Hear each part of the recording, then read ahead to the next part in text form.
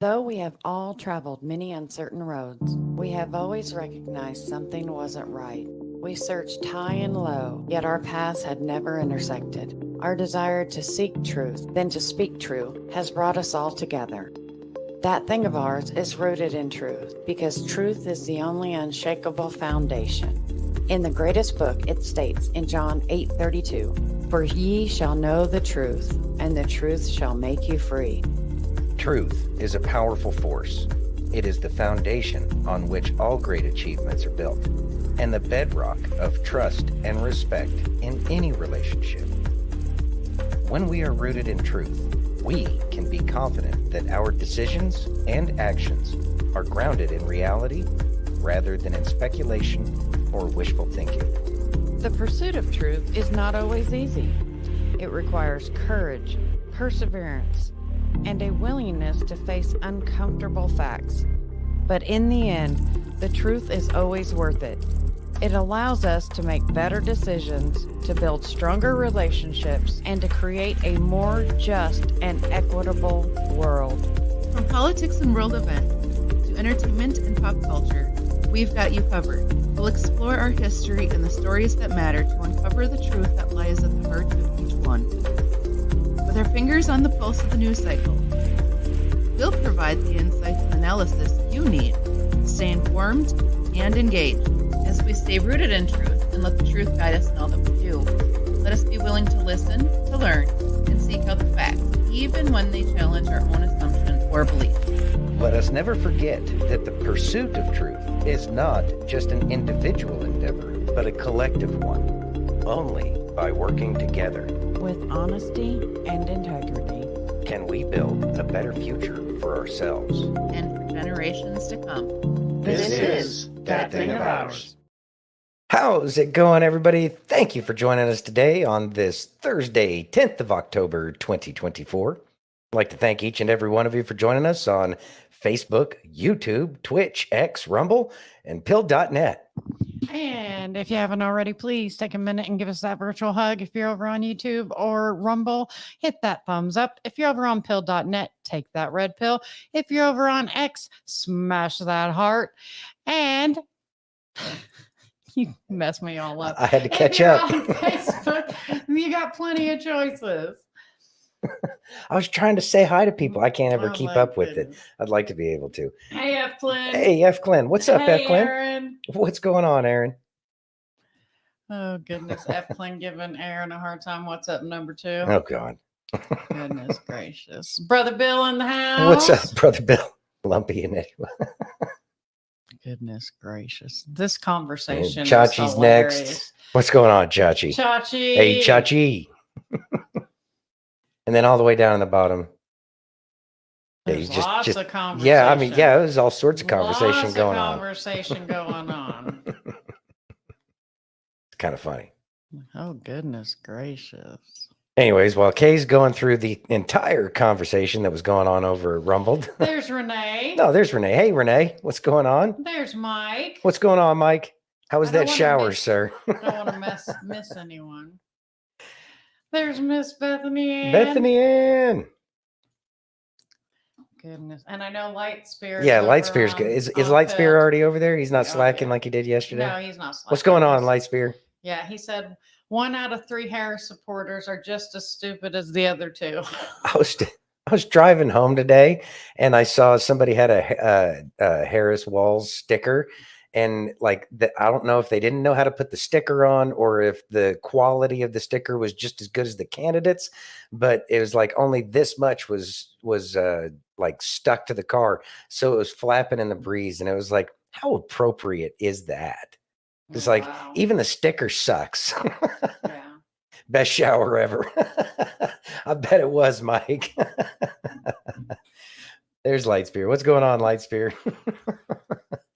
Oh man, yeah. What a treat that was. Now everybody hold your shock. It was on a Prius. Oh, what? I I'm know. so I know. It's a lot to take in all at once, but you know, I got to spread the news around here. Oh, there's Wendy. Hey, Wendy. There's Wendy. What's going on? Just realized the time. You're right on time. Right on time. Nice. Aaron, I polled 3 of your friends and they agreed. Oh, that's Aaron. Oh, man. So, what do we got going on today? Or do you need me to stall a little bit more? Nope, we're Because good. I'm like not doing so awesome. I had one You're story fine. today. That's all I got. Are you ready? Yeah. Oh, there's Colleen. Oh, Wait, there's hey, Colleen. Everybody's Okay. rolling in. We got Big Daddy T. Hold on. All right. Oh, there's Steph. Hey, Steph. There's Steph. Everyone ready for the first video? Let's go. All right, let's do it. Oh, right. You know that expression, submarine. Nobody knew, but I woke up our country a little bit. But Iran was broke. They had no money for Hamas or Hezbollah, and I didn't want to see them broke. I want them to be thriving, but I just had to negotiate. The only problem was he was the only problem. The election took place, and it was very shocking to a lot of people. And when they took over, they didn't do anything. They didn't do anything. They actually did the opposite. They allowed everybody to go and buy oil.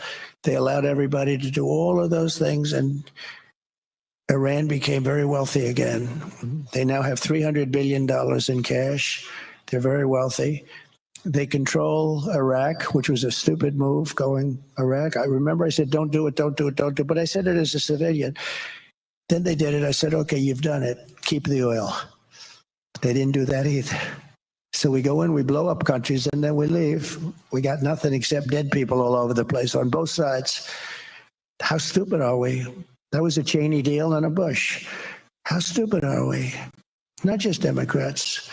It's both. I'm equally angry at both because we have humanity to think about also. You do. You have humanity to think about. And all of these things, they should have never happened. Ukraine should have never happened. October 7th should have never happened.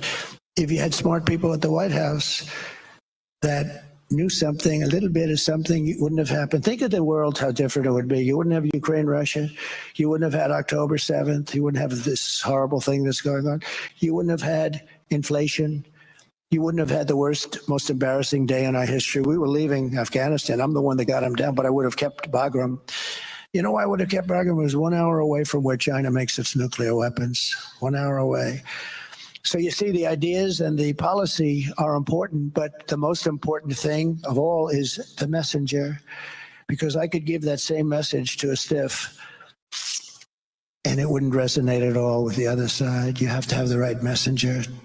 Somebody said, oh, we love Trump policy, but we don't like Trump. I think they do. They said the women don't like me. I think women love me because they want to be safe. And with me, they're safe. With other people, they're not safe. It's true. Thoughts? So, he basically took a bit of credit for waking the country up. And rightfully so. A lot of people woke up because of him. A lot of people's he definitely played a part in highlighting a lot of the problems. Yeah. And because of the way they went after him, they did a lot themselves by showing how corrupt they really are to somebody who challenges their corrupt, diseased temple that they've put up. And so, yeah, I mean, people have definitely woken up because of everything he was doing. The sound on that was kind of awful. They need to get a new audio guy over there. But that was in Detroit, and he had a great speech over there in Detroit. Obviously, the left says that he insulted Detroit, but as we know, everything that they say is because they chop everything up so that way they can push their narrative. It's just the typical left wing, and it's sad that people actually don't bother trying to question anything, especially with as ridiculous as everything they're saying. These people are absolutely convinced that half of the country is just blinded by, somebody trying to steal the country so he can crown himself king. And it's like, no, actually, if you look at everything that he's doing, he's trying to give the country back to the people with every move that he makes. But that's the left for you. Mm-hmm. You ready? I got Yeah. Daddy T again. Yeah, let's go. I don't even, to be honest with you, after watching her on 60 Minutes and on watching that horrible statement that she made, they call it a word salad. I don't really like those words because it was really worse than that. But after watching that, I don't think she's interested in 33. I don't think she has any idea what's happening. Okay. I think she's dumber than hell. And we've had enough of that for 4 years. We're not going to have it any longer because we're not going to be a country if we have it. You will see that. You've got to see. No, you've got to see. And to think that a member of the media under this big press corps where they get free licensing, they shouldn't have free licensing when they do that. And they change her answer.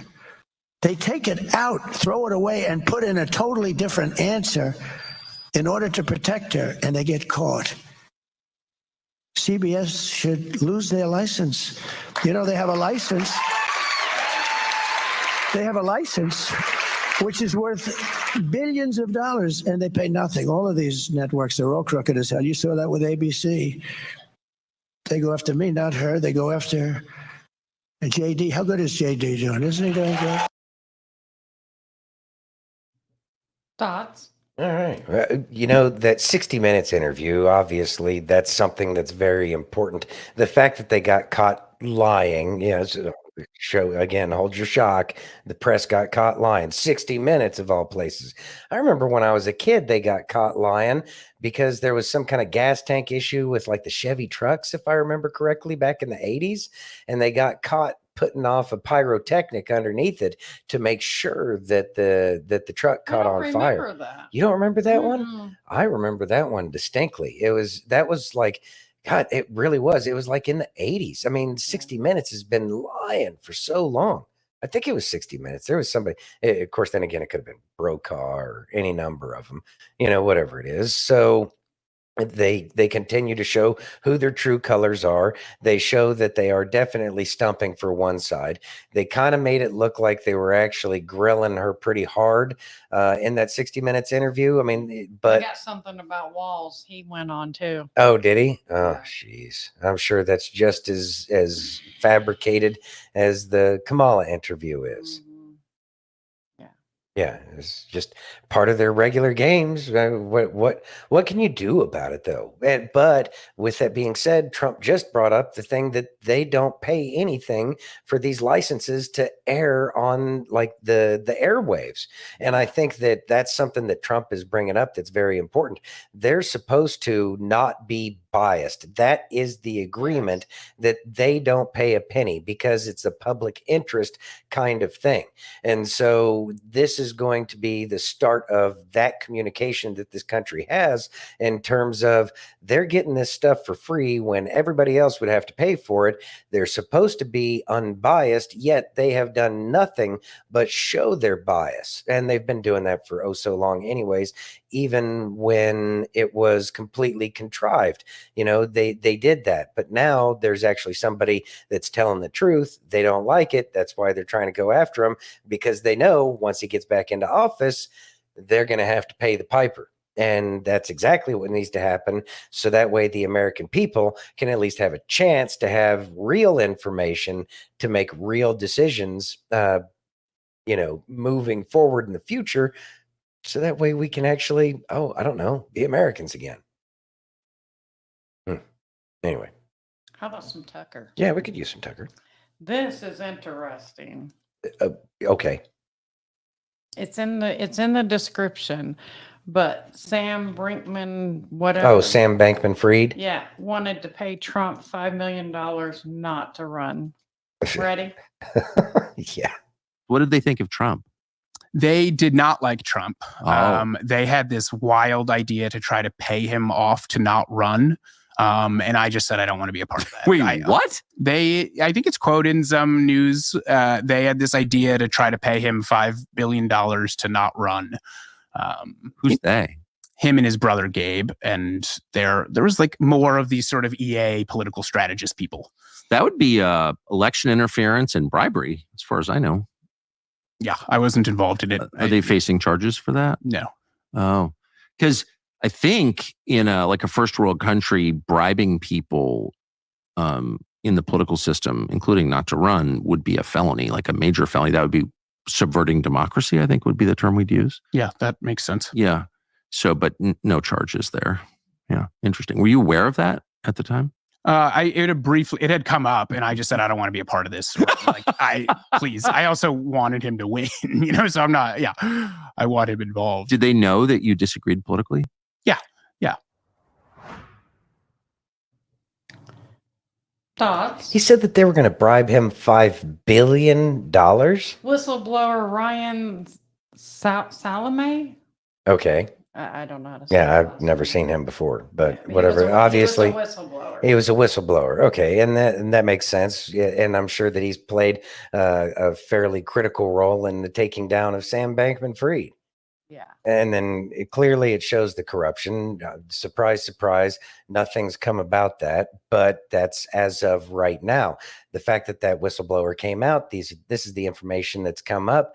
It's going to be more of that avalanche that buries them, and then they're not going to be able to come out from underneath it. The only way they can save their own hide, if they're even given the opportunity, because the plethora of evidence that's out there now against all of these corrupt ass people, like the best bet is to try to cut a deal. But I mean, you better have some great information on a lot of people to cut a deal when they got everything they got right now. Hey, Jenny. Watch out for the frogs, Jenny.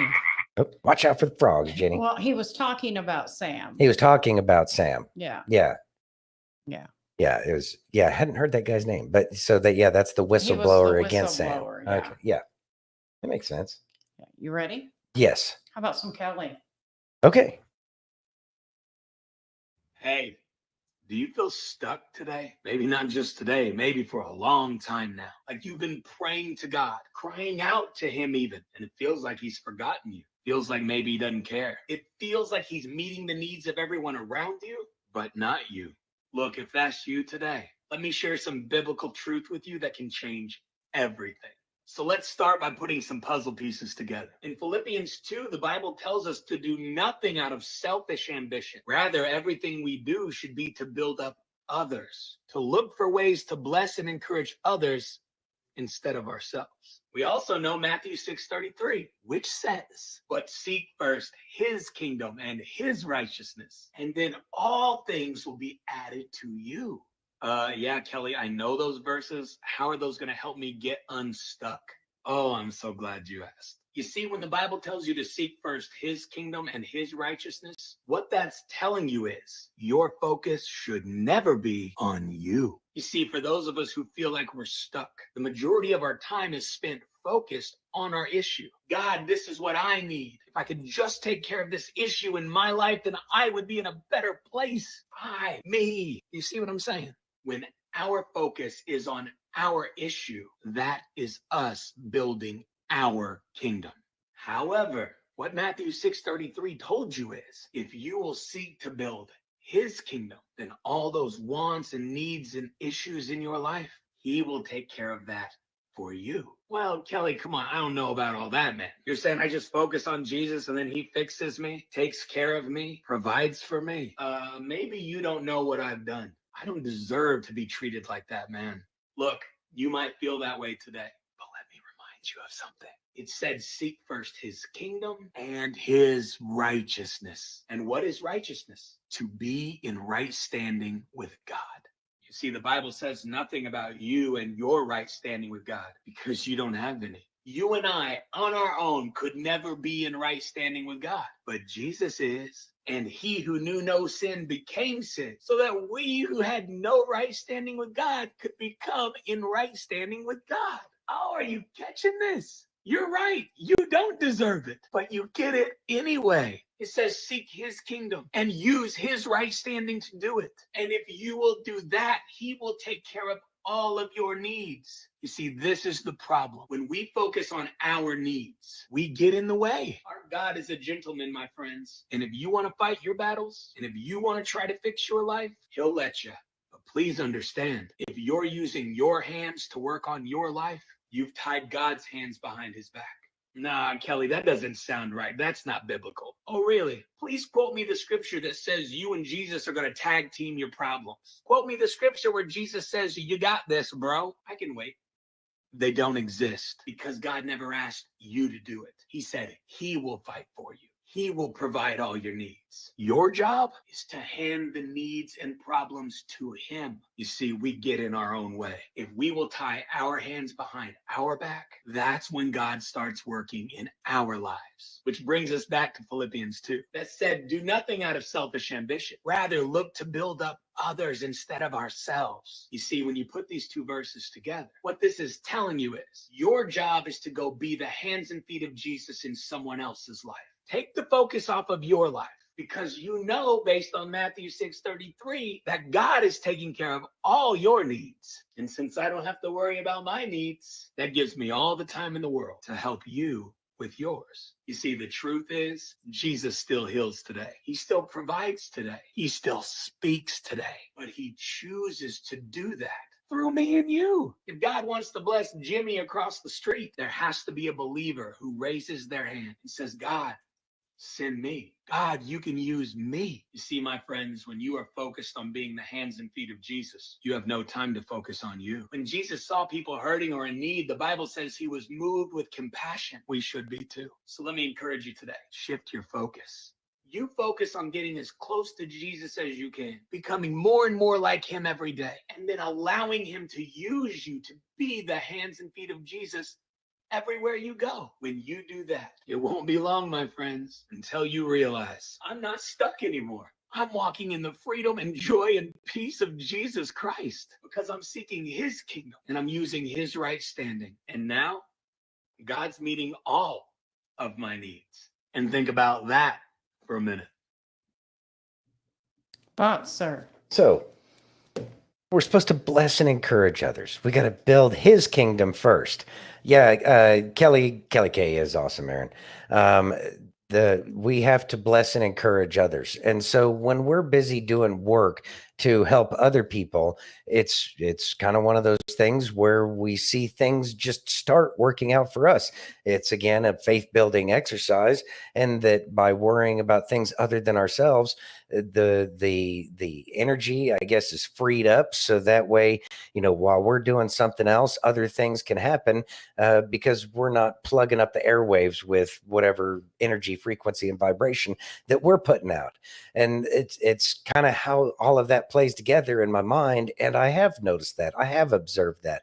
When I go out of my way to help other people, all of a sudden I get an answer for something else that I was trying to work on for myself. And I think that that's, kind of one of the beauties about all of this. And it's one of those experiments where if you just apply these things, and you will see that these things, one does affect the other, and that, surprise, surprise, the words in the Bible are actually true, and this is the way it works. And so it makes it a little bit easier to let go of a lot of the problems in life. You can, put your requests out there and just know that it will come your way, provided that it's supposed to. But sometimes we hold on too tight. But when we're making a positive use of ourselves and our time in benefit to something other than ourselves, it really does make it work in our favor in the end. You never know how it works. And that's kind of one of the things that I think makes the whole thing magical, for lack of a better word, because it's like you don't have to do anything really in relation to what it is that you desire. You just have to be able to use your benefits or use your skills and abilities for other people. And then, it just all comes together. It really is a truly beautiful thing. it really is. Yeah. It really is. Whew. Got so much today. Do Are we you- really? Oh, yeah. You All ready? right. Yeah. This is amazing. If there's ever a single person that deserves a job title or a position, that's Donald J. Trump. Now let me explain why. This man have proven to the citizens of America over and over again that he will fight, he will not back down, and he will stand in the way of the powers that be just for you and me. And he need our help. Yo, Donald Trump's built different. I'm telling you. A little off topic, I'll mention something, but stick with me. You'll get it. Totally get it. See, I was in a car accident one time. I was driving to work. It was snowy. I slipped on black ice, and wrecked my car. And even after walking away safely, my car was totaled, but I was fine. But even after walking away safely with not a scratch, not an injury, every single time I pass this place, I get flashbacks. I kind of prepare to slide and, practice extra caution, let's say. Now, listen, Donald Trump went back and stood at the same place where he was almost assassinated. And the confidence on this man when he stood there once again and spoke in Butler, Pennsylvania, that was nothing short of remarkable. You heard me? Nothing short of remarkable. That man, how he didn't flinch one time, how he executed that speech flawlessly, the way he brought himself to complete the mission of standing there campaigning in front of the United States citizen, it's remarkable. And he deserved to have walked off of that stage as the president of the United States of America, hands down. Bro, there's people till this day with very bad PTSD for something way less than being shot. Donald Trump was shot, no matter how you'd look at it. Even if it was just the simple graze of a bullet, the man was shot. The man stood there, he was making a speech, he slightly turned his head, bang, bang went off, he went down, came up, blood running down his face. He was shot. And like I said, the fact that he went back to the place where he almost died, which you don't see that a lot. The same area, the same venue, stood in the same fucking spot and did his job like nothing happened. That right there earned him the position that he is currently working for. He got my motherfucking vote. Do he have yours? Donald J. Trump and J.D. Vance can count on me to put them in office. Now, my question is, can they count on you? Trump Vance 24, baby. That one hit home because I bet. it makes sense because I still tense up and have a real hard time driving through the intersection of where my accident was. Uh-huh. And Trump just went, fuck this, and went back. Yes, it did. So, anyway. I mean, still to I'm this all day. emotional. Yeah, well, I mean, the car accident was a huge deal. It really was. And you still have trouble to this day Yeah. near that intersection. And we've gone by there, I don't know how many times. And Sadly, every it's time I a tense big up- intersection, so sometimes you just can't avoid it. And yeah, you do tense up, and it is a challenge. So apply that to what Trump had to go through to go to the exact same spot again, where they took some shots at the man. Yeah. I mean, that it really does require a lot of overcoming the things that are screaming inside of you. You have all of these intuitions. You got your spidey senses, and they all start tingling. It's like a very intense thing. So what does that say? It says how important that is to him, that he continued to fight, and not only that he's not going to allow them to be able to tell him that he needs to be afraid. He's not going to give them the benefit of the doubt. That is the sign of a true leader, and he is truly leading, and that is impressive, and I appreciate that. And then he got into the whole point about getting out to vote. Okay, so that is an amazing reason to get out and go vote for, somebody, right? And then we take into consider everything that's going on right now. And it's like, it's even more important. And I know that I've been kind of thinking and feeling on this lately. I talk to these people, they have a very open mind. I talk to just people everywhere I go, and they have an open mind to it. But now is the time to make sure that we're talking to people about, you have to get out to vote. Despite all of their shenanigans that they do to prevent people from voting. And trust me, we have very personal kind of story about that. but we need to get that taken care of. We need to make sure that everybody that can go vote gets out to vote, because this is the important one, more so than anyone before this election. This one is the end. And so talking to people about getting out there to vote. And when people say that they like Trump, we need to ask them, what's important to you that Trump says that? Then make sure that on election day, you get your butt out there to vote, because that's what you have the power to do. So use that power that you have and go vote. Getting people to actually go and do the voting is probably the most important thing that we got going on right now. Yeah. Let's see. Aaron says ends are just new beginnings that haven't had coffee yet. That haven't had coffee yet. There you go, Aaron. Very true. You ready? Yes. Okay, it says President Trump. I also want to send our love to everyone in Florida. They're going through a big one tonight. We're praying for them and asking God to keep them safe. I also want to send our love to everyone in Florida. They're going through a big one tonight. It's going to arrive tonight sometime around midnight, a little before midnight, and we're praying for them and asking God to keep them all safe. All those people. I've never seen a hurricane like that. I don't know. It's so often, they talk about it and they talk because they want you to watch. This is the real deal. This is a bad one. And we have some great governors, great Republican governors that are in charge, and I think they'll do a phenomenal job. I think they're going to do a phenomenal job.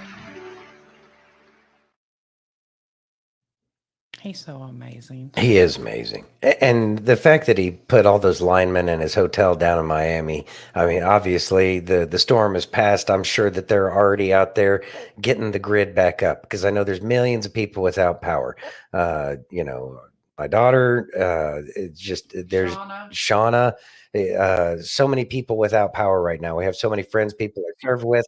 There's tons of people in everywhere from Tampa, St. Pete, all the way up to Daytona Beach. And there's just a lack of power, and there's roads that got, washed away. These things are going to have to get taken care of. But I know that, like President Trump said, there's good governors that are going to get it taken care of. And that's the kind of leadership that we desperately need. And I know that because of these disasters that we had, that is going to be one of those things that encourages people to get out and make sure that they vote this time. It was 3 what? Oh, Tracy said, I think everyone collectively praying everywhere brought this hurricane to a category 3. She said, or was it a 2? And I said it was a 3 when it hit. I thought it was a 2 because it was 110 miles we watched. It was 102. It was a category 3 when it hit. Okay. Later on, it had already downgraded to a 2 when we watched. Okay. Okay. Yeah, I thought that was because he said that the gusts at the eye wall were at 110 miles an hour, and that would have made it a 2. Yeah, they that definitely was already when it was on land, honey. When yeah, it hit, I got it you. was a 3. Yeah. Okay. I got you. All right. What? Nothing. I think we achieved Peak hurricane conversation. Well, we got more, so. Yeah. But Sassy's going to talk about Project 2025. Okay. Ready? Mm-hmm. I have so many questions. How did you all find the literal dumbest dumpster dingleberry butt crust out of all the options in all the fucking land to run for? I watched 7 minutes. 7 minutes now. That's all I could stomach. I got physically ill. My eyes started twitching. The acid was in my throat.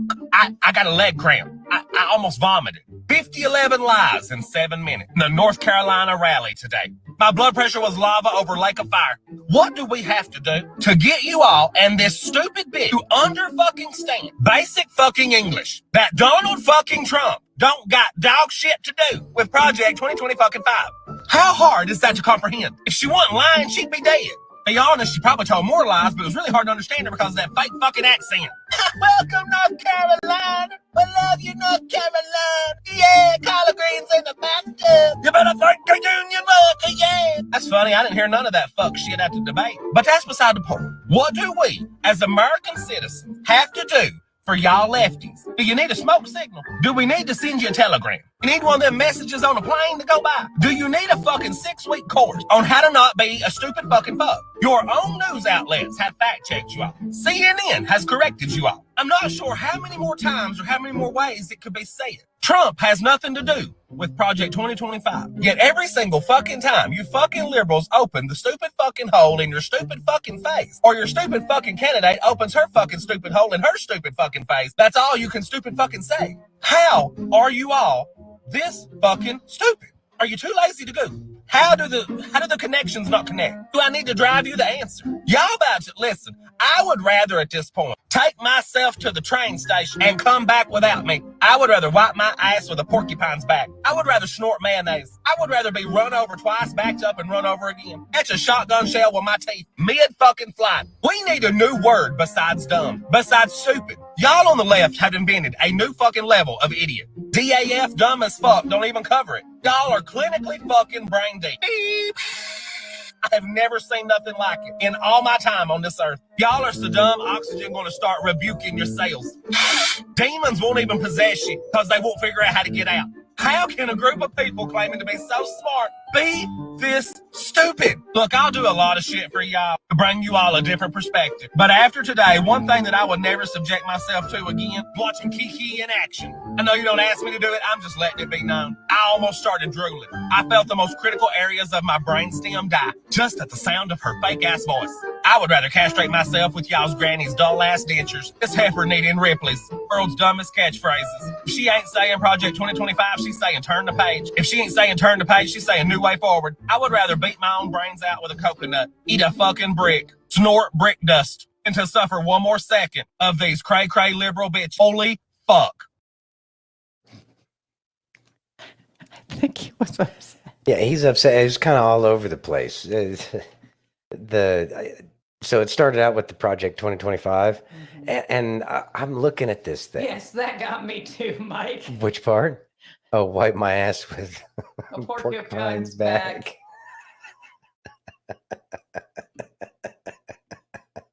I love Sassy. Yeah, he's got some great lines out there. The Project 2025, it's like you read that and it's like, well, that's what you clowns are trying to do. You're trying to change the balance of the government overall. You know, they're talking about trying to change the Supreme Court by just adding more justices to do whatever it is they want. It's like the things that they actually talk about doing are what is in Project 2025. Mm-hmm. It's like, do you think Kamala actually knows, like, one is that like when they talk about President Trump, that's all the shit that they're actually trying to do? Like, do you think she knows that? Like, seriously? Or do you think that she's just like she does these stupid things like Sassy pointed out in the beginning with the fake, Carolina accent? And it's like, you didn't hear that in the debate. That was a great point. So what's the real Kamala? I really don't know if she can see that what they accuse Trump of doing in 2025 is the exact things they're doing. Like, I don't think she's that smart. I really don't. And then the fact that, people can't see that, it's just, I don't know. So it really much. is mind boggling how stupid Yeah. these people are. Yeah. Just absolutely asleep. Yeah. Frustrating. Twent the replacement dumb and etc. What? I don't know. I'm not picking up on that one. My bad. You ready? Yeah, I got Preston. He's All right. talking about the hurricane. there You we ready? go. All right, yeah, let's catch it, Preston. Good morning, my fellow Floridians. Milton has left the state, not before leaving a path of destruction that has crossed almost the entire state. And while many Floridians are waking up this morning with their entire livelihoods destroyed, their homes flooded, their communities flooded, and things that they will never be able to regain taken from them, I want to talk about something that's not going to be talked about enough. If you've ever doubted that your prayers work, look no further than when that storm made landfall last night around 8 p.m.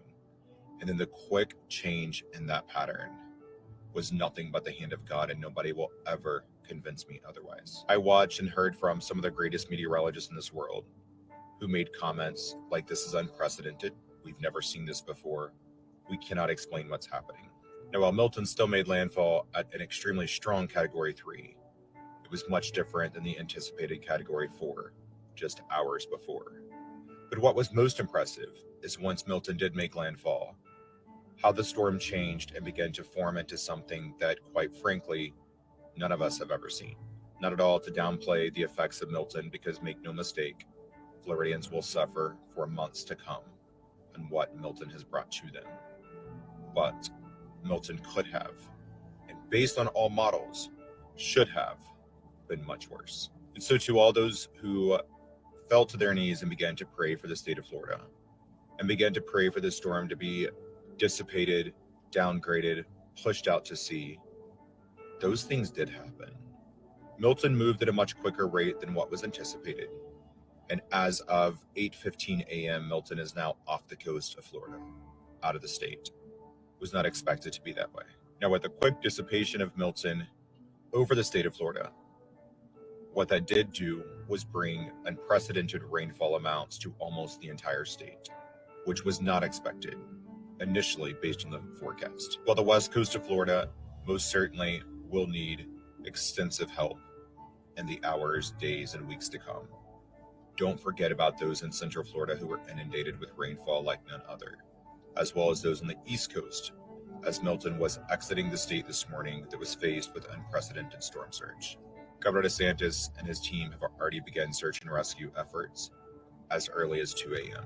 It was bad. It was really bad. But based on forecast models, it could have and should have been much worse. But thanks to the God that I serve and so many others, this storm made unprecedented moves once it made landfall last night. Moves that, quite frankly, no meteorologist or weather expert has ever seen. To my fellow Floridians who are waking up this morning under tremendous suffering, we're coming for you. We're coming to help you. There's mobilization like none other. And there's also civilian mobilization that is on standby, ready to come and save you. Hold strong, keep the faith, keep sending those prayers, because I've never in my entire life watched prayer on display work right before our very own eyes, as the hand of God altered this storm into something that should have been much worse. God bless, have a great day, and of course, many more updates to come. Wow. Thoughts? So really, it truly does seem like a miracle. So many things about this. Okay, so it went from being the strongest hurricane that could mathematically be, based off of all the things that the science was telling us about, at a Category 5, talking about maybe we need a Category 6 kind of talk, to it's a lot of power outages and a lot of downed trees, but it seems like so many people fared very well. Like normally the press would be talking about the body count and, you know, how terrible and, you know, like it's the devastation, and they're talking about the devastation, but they're not, because the press loves, you know, if it bleeds, it leads. And that's what the press loves, because that's their addiction. And they're not that, like, it's like they're being denied that this time. And then the like other miracles, hold on a second. Let me get to this real quick. There we go. Share this. The Florida man, Lieutenant Dan, is safe after riding out the hurricane in his boat. This guy that we talked about yesterday. And it's like everything about that scenario said it was terrible. He was moored to a concrete pier. It's like that boat should have been battered to pieces. Yet for some reason, it didn't happen. And so I do firmly believe that the prayer that America is learning to do again is the very thing that made this hurricane minimize. The human toll is much less than what it very easily could have been.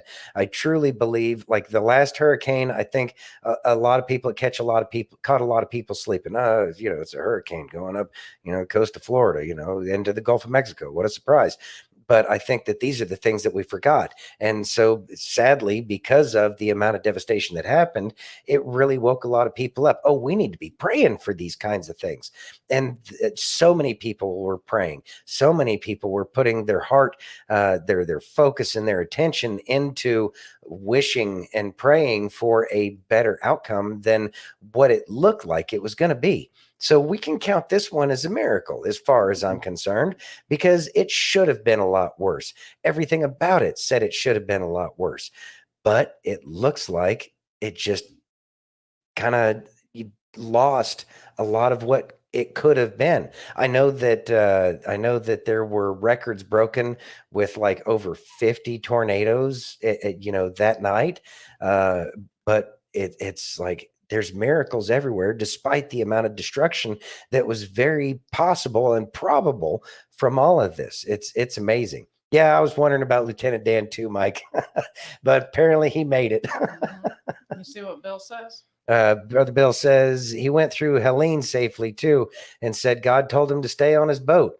Now, that's another great point. Let's let that one sink in as we're talking about miracles.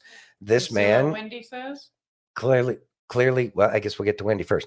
Wendy says, I think this was to show non-believers there is a God, which is exactly what I was going to be getting at. It is that exactly. I think that he showed us that this was a disaster just waiting to happen. And for some miracle, right? A miracle has occurred because that boat shouldn't be there anymore. I just don't even see how, personally, but Yeah. I'm not that much of a seafarer, but I'm sure that there's plenty of people out there who know that, that's, I would not the know. brightest of ideas. I mean, God is just great. He is. God is It, just it, it great. is something to show all of us. And Yeah. and the fact that he chose somebody that people call Lieutenant Dan kind of Yeah. tells us, like where we as a society are. There's a little, there's I don't want a message, I guess you want to say, in that you Yeah. can extrapolate from it. Yeah. There's a message in there, and Yeah. it should speak to each and every one of your hearts. But I think all of y'all know what I'm trying to get at here. So I'll, Yeah. done on that one. That was amazing, though. Are you ready? Yeah. If she loves the Lord, then she will say to him, it's Sunday tomorrow, let's go to church, not to a club. Do you think a woman's past should be in consideration when a man makes a decision, but she's fully committed herself to Jesus and church in her later years? I'll put it this way. Yes, take her into consideration, however, in a positive way, not in a negative way, since she has committed her life to the Lord Jesus. See, someone who has experienced the dark side, done a lot of wrong things, and the Lord touched their heart and brought them from that darkness into the light, that person is much stronger than the one who just came into the light and lived most of their life in that light. The one who fell so many times, but now are back on their feet by the grace of the Lord Jesus. Now these people are much more stronger in faith and in loyalty to the Lord than those who just walk with the Lord Jesus. So when you find such a girl, hold on to that girl. Comment amen if you agree. Thoughts? It is about forgiveness. Really, people's past, is it good to have a basic idea of it? Yeah, but what's most important, back then or now? It's the fruits of their labor. So like if we were to sit there and judge everybody based off of whatever they did in the past, and would not allow them that grace or forgiveness with which to have overcome that, it denies the ability of God to help people get past those issues that they did have, and you're denying yourself in the end. See, the thing is about human beings is we're a funny lot. We seem to get ourselves into a bunch of trouble, even though we know better, but we do the best we can. And so if we were to sit there and hold everything against everybody, and if everybody held everything that you had ever done against you, then nobody would ever want to be around you. So that forgiveness is extremely important. Not holding on to what you believe, in your head as to what this, Snow White is that you're waiting for, but show me somebody whose past is as pure as what any of us would like it to be. That we're all a little bit older now, so we know better. Ain't nobody perfect. No, So we're just lucky we didn't have the internet when we were younger. yeah, and cameras everywhere. Exactly. Yeah, that was dumb. Yeah. We tried to tell these kids, they didn't want to listen. Yeah. You ready? Yeah, I'm ready. So, if you're anything like me, you believe that TikTok has a political bias against you because you're a Trump supporter. You think that this app favors those who are of the Democratic Party, particularly those who are supporting Kamala Harris and Tim Walz. Well, I posted a video today based on a social experiment that I had done over the past few days where I created 2 accounts. One was a voter who was switching from Kamala Harris to Donald Trump, and the other was one who was switching from Donald Trump to Kamala Harris. The results of that I posted today in a 4-minute long video, and the Kamala Harris voter received 10,000 follows on their account within 1 day. The new Trump supporter, 3. And so after I post this video, it immediately gets muted, and I end up having to upload it like 3 times. Well, I posted some thoughts on the fake accounts, and they have thousands of views already. The one that I posted today hasn't even cracked 1,000. Yeah, I'm pretty sure that TikTok is a biased app, and it sucks. It really sucks. I think with more discourse, we would be better off. Not just, I don't know, having this hive mind approach and speaking in echo chambers. Whatever. Thoughts? I think that that's beautifully said. And that's one of the reasons why I just gave up on social media back when I got banned from the Book of Face so long ago. And I recognized that I couldn't be silenced when I was talking out loud in public, at the coffee shop. Hey, did you see about this? Did you see about that? This is important. Do you think this is important? What do you think about this? And I would get into debates and discussions all the time, and had some fun with it, because really the human interaction can be the fun part out of all of this. And as we're trying to communicate, and we see that these social media platforms do everything they can to silence people when they have the ability, with the information that they have, to ensure that there is a fair, a projection of somebody's message out there on the social media apps. Because it's not just the tiki-talkie, it's all of them. They all pick and choose who their winners are. But that can't happen when you're out there in public and you're just talking to people on the street.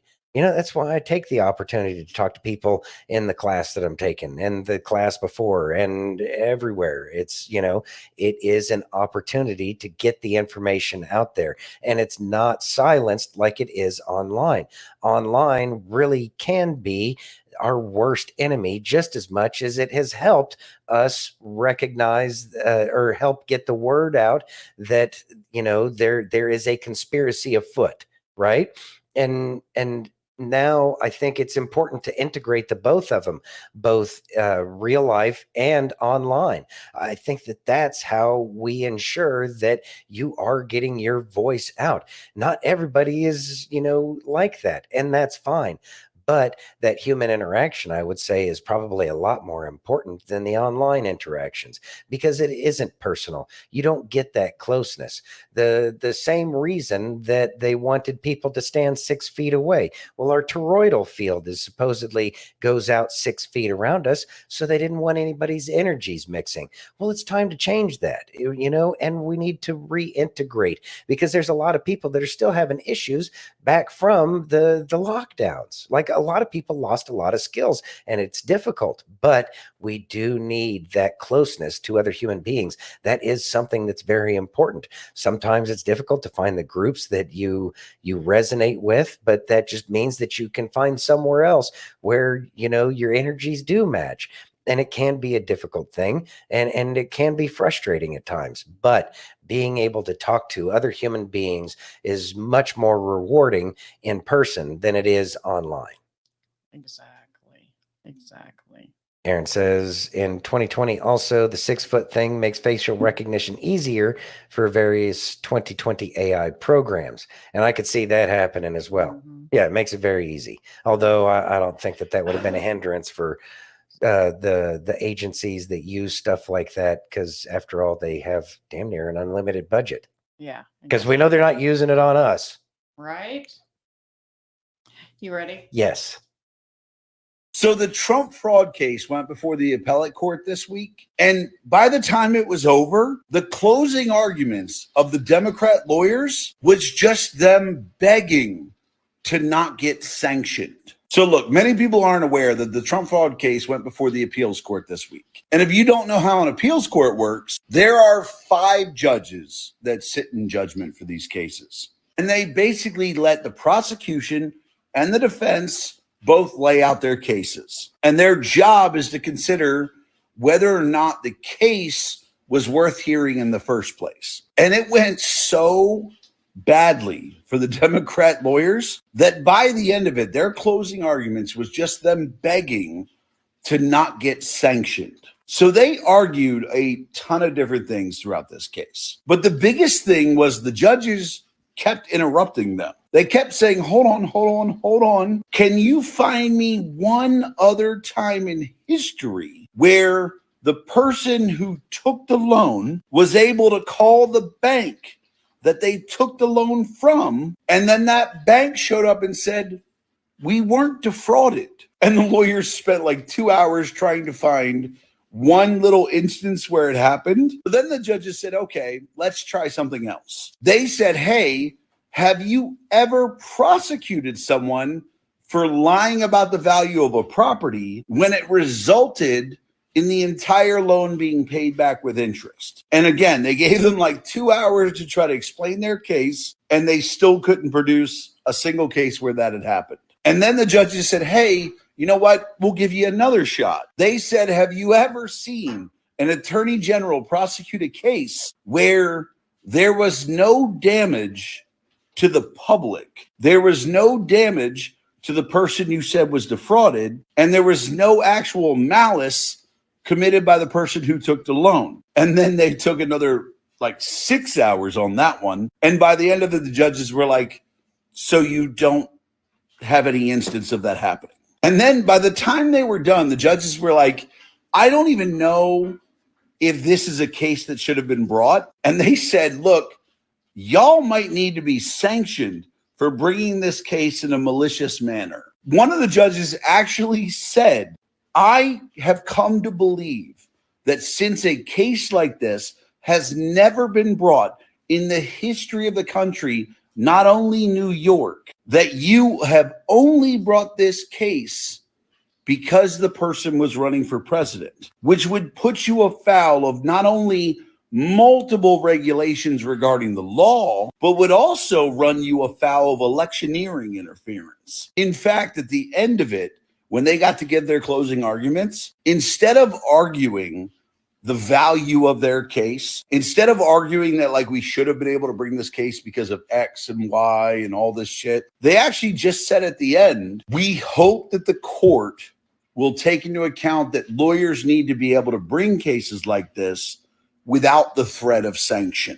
Basically, they were saying, we hope that you decide that we're not going to get in trouble for bringing this bullshit case. That was what happened at the appellate court. So Trump, being found guilty of fraud and having to pay $500 some odd million fucking dollars, and the whole left celebrating about that, he's going to get all that money back because the appellate court was like, this is a bullshit case. The people he took the loan from literally came to court on his behalf and said, hey, we weren't defrauded. We knew he overvalued Mar-a-Lago. We took that into our calculations. And even if we had taken that into our calculations, and the value of Mar-a-Lago was part of 0.14. Like the president of Deutsche Bank said, you know why we gave him the loan? It had nothing to do with the value of Mar-a-Lago. It had to do with we given him 21 other loans, and he has paid back all 21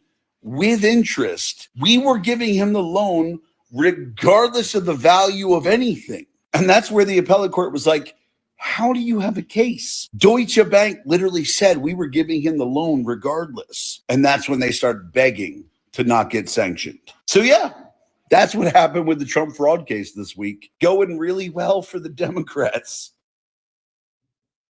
Thoughts? Okay, so the boomerang has come back on that one scenario now. And it's like actually starting to look a little bit like something called justice.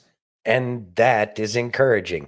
Yet more encouraging news about the things that are falling on top of the swamp machine that's out there. The fact that they end up making their closing argument, please, please don't beat us, is no, please, no. Come on, get out of here. What you're doing is malicious. It is a malicious use of the law. It is possibly in violation of election laws. It's not going to look well. I don't know if they're going to sanction them or not. And right now it doesn't matter because it's all going to get put together in a giant thing called a RICO case. And I know that that's part of the big play that's going to be happening. And that's why we're probably not hearing a whole lot about it. But I can assure you that you're going to hear about this again in the future after President Trump gets into office. And we hear about, oh God, what's his name? The investigator special. John Durham. Durham. Yeah. Once we hear about John Durham again, then I believe that we will hear about this case. F. Glenn says, bring on those sanctions. Yeah. I think it would be wise for the judges if they are so compelled to put those sanctions against these lawyers that were abusing the law, which is a grievous sin in a republic. Maybe not a democracy, but it's a good thing we're not in a democracy. Right?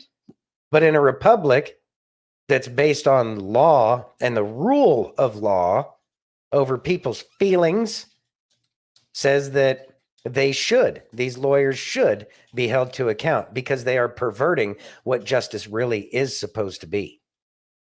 They are the very reason why this country sucks. We all know that.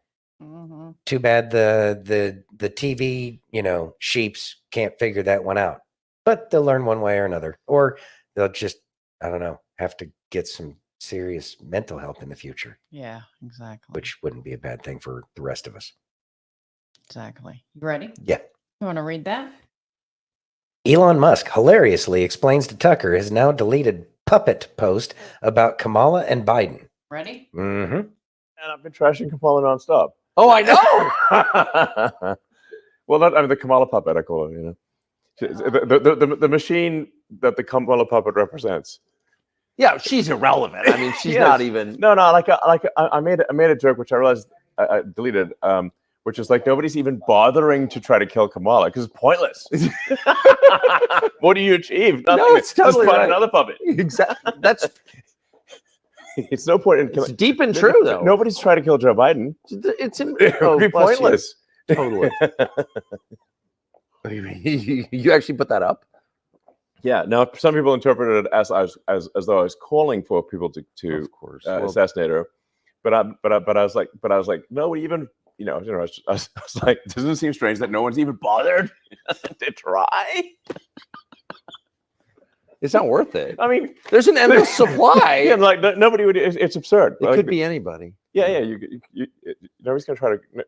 Nobody tries to assassinate a puppet. Of course not. A marionette. Yeah, marionette. It's just like, It's hilarious. Yeah. What? She's safe. Like, I like to try to kill Trump twice with actual guns and bullets. Oh yeah. Shot in the air right in fucking Butler where I was, and He doesn't seem rattled. It's weird. Does he to you? it doesn't seem what? Rattled. He's the constitution of an ox. It seems. So it's not like working out and eating healthy. And he's Okay, we gotta tape this. yeah, we're good. Oh, good. Yeah. So he's not like, let me eat another salad. That's not. No, or work out. Fastidiously. That's he. I feel like hell he doesn't work out, and he eats cheeseburgers and Diet Coke and stuff. And because I think it just inherently has a strong constitution. So, and you were just with him. He didn't seem like a man who'd been the subject of 2 assassination attempts? No, he seemed of sound mind and body and strong backbone. Thoughts? A spine. The left wouldn't know anything about that. No, not at all. He makes a spine? What is A a spine. spine? Still waiting on that spinectomy, huh? Yeah. Anyway, he brings up a valid point, and it is a dangerous conversation with the left to say that nobody's bothered trying to do anything to Kamala, because why bother with a puppet? Because they'll just put another puppet in place. It really doesn't matter. And again, all you'd end up doing is making them a martyr. And so therefore, absolutely pointless. And it would be much more rewarding to see them held to, account in like an actual court of law that makes people go to jail for actual crimes. Yeah. Just throwing that one out there. Tracy says, why does Elon Musk seem like a rum and coke guy to me? I bet you he is. That sounds about right. Yeah, it does. That sounds about right. I could see him doing rum And and people coke. forget he's also South African. He is South So African. That accent is South African. Yeah. So He is a great thinker. Mhm. And that is a challenge to those who want people to not think. yeah, yeah. What? You're gonna use your brain? You want other people to use their brain? Yeah, I do, as a matter of fact. Oh, well, we can't have that. Why? Things will work better that way. But then we won't be at top. Well, of course you won't, because you're incapable at everything you do. That's why everybody being able to think is a giant threat to you. I look forward to the day when all these idiots aren't in charge of everything. Exactly. Are you ready? Mm-hmm. Can you read that, sir? Will Sean Diddy Combs be indicted for Tupac and Biggie's murder for hire? You ready? Yeah, I've been waiting for this one. Well, you didn't wait for the best part yet. The best part didn't happen yet. The best part is What he's I sentenced to believe life in prison. allegedly he's going to be indicted for the murder of Tupac and the Notorious B.I.G. I think that's what's coming down the pipeline. This stuff right here is serious, but I believe that he's going to be indicted for the alleged murder for hire of Tupac Shakur. Can I ask you, as Chuck, well is as that Biggie. based on information that you know, that you've been told? That's information on all the evidence that's out there. Right, but have you? I mean, do you believe that evidence is correct? Do you think there's enough evidence that says that he was involved? I believe from all the evidence that's been out there, all the people that talked on YouTube, that the quad hit, Diddy was there with Jimmy Henchman, right? Jimmy Henchman had a problem with Tupac. This is why Tupac got shot at Quad Studios. To make a long story short, at the end of it, you have a guy named Gene Dale that works for Diddy that says that he saw a check that a guy named Eric Von Zip had, and he told him that the check was for the murder of Tupac Shakur. Now, there's a YouTuber by the name of Doggy Diamonds. Gene Dale tells Doggy Diamonds, yo, you saw the check for Biggie's life? And he corrects me, he said, no, I saw the check for Pac's life. Eric Von Zip had a check in his right back pocket, and he said it came from Black Ground Records, right? Well, Jimmy Henchman was working with Black Ground Records. So if you tie the Tupac shooting at Quad Studio and you go all the way to the end of it, if there was a check, allegedly, if this was true and Diddy did pay for the hit on Tupac and Suge Knight, and that check came from Black Ground Records, it leads right back to the Quad Studios shooting, where when Tupac got shot, Diddy was in the studio with Jimmy Henchman. But they don't tell that story. They make it look like Diddy was in the studio with Biggie. No, Biggie had went behind Diddy's back and got a deal with Atlantic Records and was having a secret meeting. Having a secret recording session for the first Junior Mafia album. They was recording their first song. Diddy found out Biggie was having a session. He came to quiet. He was getting ready to bust in on Biggie, but the shooting with Tupac deferred the plan. But Diddy was going to bust in on Biggie find out that he had a whole nother deal. He was in there recording. So to make a long story short, Diddy and or Sean Combs and Notorious Big Christopher Wallace had a publishing deal together. With that publishing deal, Notorious B.I.G. is to write songs and Diddy gets a portion of the money. What Biggie did, which was wrong, is he went and wrote all the stuff for Lil' Kim and Junior Mafia and lied to Diddy and told him that they wrote their own stuff. So back the day before Biggie died, Gene Deal tells the story of how he was smoking weed with Biggie and he was security. He was not supposed to be smoking. Biggie told Diddy that we need more security because Gene was high. So Gene in return tells Diddy, hey, man, Biggie, he wrote all the Lil' Kim stuff and Junior Mafia. Big and Diddy jumps in Biggie's face. Say it, you wrote it, say it. And Big is like, oh man, come on, Diddy, right? The next day, Biggie was dead. Well, that is what they call a dropped intro bombshell. Thoughts? I don't know if Piers was expecting that. I know.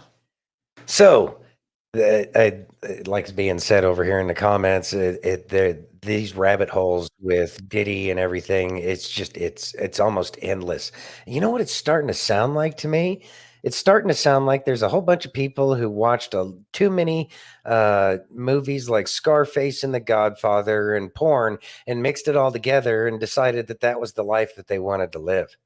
And so they decided to do that and never considered like the toll on their own lives, soul, heart, whatever, let alone what it does to everybody else. They thought it was just some kind of big experience that was all about them. And I believe that now that the truth is coming out, because these kinds of things can only stay hidden for so long, right? It's like it's not a long-term lifestyle, anything about it. And I know that these people thought that they were on top of the world and they couldn't be caught, but that's wrong. That's wrong because, again, what we're finding out is there's so many more people that disagree with living like that. People might think it's cool on TV and they might think that, they would like to do that. But as soon as they get confronted with it, a lot of people just crumble, right? And so people recognize that that's not the life that they really want to live because there's really no, where's the retirement plan? There is no retirement plan in being a gangster of any kind. Even if you do have multi-million-dollar mansions, obviously it can go away just like that. And it looks like that's what's happening. But I think that that's what the people forgot, is it looked like these people would always be on top. But people like Justin Bieber and everybody who got wrapped up into this thing, they've been trying to tell people, well, now people are finally listening. It's going to crumble all on top of their heads, right? And this information, it's only going to be more and more information about the reality of what has been going on in the background. And people are going to say, you know what? Thank God I never, pursued that music career. Thank God I never pursued this or that or the other thing. And now maybe people that really do have true talent, because if Madonna's any indicator, you don't have to have any talent to be some music genius in today's world. But maybe we'll actually hear people with some actual talent in the future. Yeah. And we'll actually get something like music again. Yeah. You ready? Yeah. Got sassy again talking about Hurricane Milton. All right. I'm just going to leave this right here. Look at the ground. Whoa. Oh, hello. That wasn't good. That's Anderson Cooper taking one to the face. Him and Kiki got a lot in common that way. Let's see it again. The ground. Whoa. Oh, yeah. Riding the wave, kissed by thunder, struck by lightning. How does it feel to be bitch slapped by trash? Now you know how the American people feel. when we see Timo Stone Cold throwing back a brewski during a hurricane. I don't know if anybody told him that there was a hurricane in Florida. The way for your brain to continue to work is for it to stay in your head. Listen, the reason I bring this up, most of the media like Daily Mail, they're hot trash to shit on conservatives. Like this video. This is a pier in Florida in the middle of a hurricane, a person hanging a Trump flag. And yeah, while I have to agree that's dumber than damn it, I have to bring something to your attention. And it looks like this. If you look at the ground, whoa. Oh, okay, see? Did you hear the fuck off? While everybody on the blue side is talking shit about the conservative on the pier, the intellect of Trump voters, etc., would like to point something out here. Maybe you didn't see it. Let's see it again. If you look at the ground, whoa. Oh, okay. See thousands of reporters from the trusted media that are so intelligent, standing in the middle of a hurricane to tell us that there is a hurricane, that it's raining, that water is wet, wind is blowing. Do you see how dumb that is? But make sure you're talking about people like Anderson Cooper too, out flaunting their intelligence. So in case you didn't get it, here it is again. The ground, whoa. We truly hate that for him, but that looks like a consequence. Speedy recovery and Trump 2024, bitch. Thoughts? I think somebody even threw that at him. It's like, think about the state. Who's the Vanderbilt boy? Him. Was that was Anderson Cooper. Was that Cooper? Okay. Yes. Yeah, whatever. Anyways, so Vanderbilt boy, does he deserve that?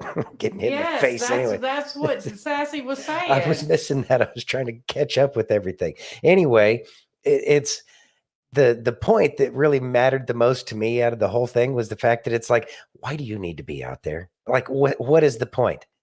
Like he said, water is wet, wind is windy. It's yeah. Okay, you can shoot a camera through a window and say it looks really dumb out there right now. Don't go outside. But these are the very people telling us don't go outside as they're standing outside getting pelted in the face by all the crap that's flying around. It's kind of comedic if you think about it.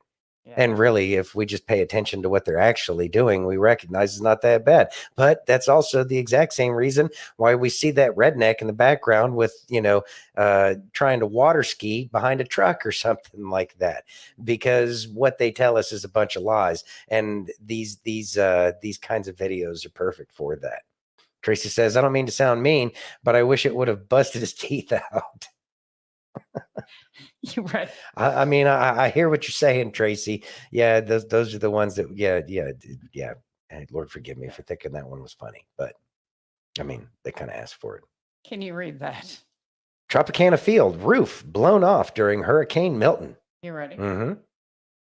That breaking news, Hurricane Milton has made landfall and it has made a dent. Look at this. We're taking a live look now at Tropicana Field. The roof ripped right off of the stadium there.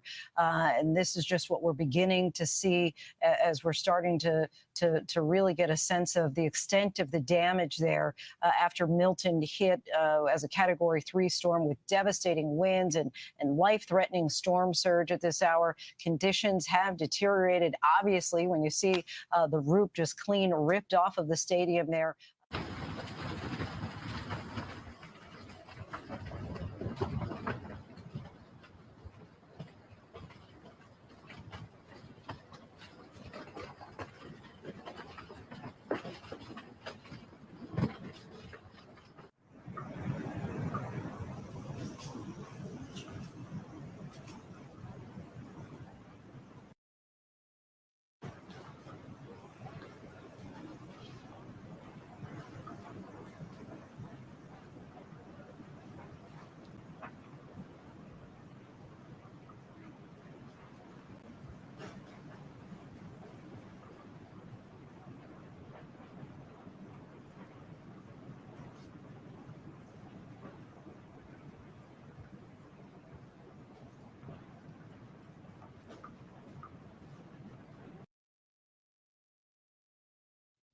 Thoughts? Great question, Wendy.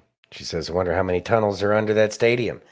So what we just watched there was a video of a sports stadium that had a fabric roof of some sort. And I guess we're supposed to be surprised that the fabric ripped during a hurricane. I think the real question is how much are they going to get from their insurance settlement when everybody else who's been actually paying their insurance much more they can actually afford because they're legally required to have homeowners insurance? I wonder how much those people are going to get percentage wise in terms of full repair replacement cost versus what the stadium's going to get a brand new cloth roof in a hurricane area. Yeah, I know. I don't know. But I do believe that that's part of the exposure that we're going to see through all of this, is that these big, big money kind of places like stadiums or entertainment parks, they're going to get all the money from the insurance companies because they've been in bed with each other this whole time.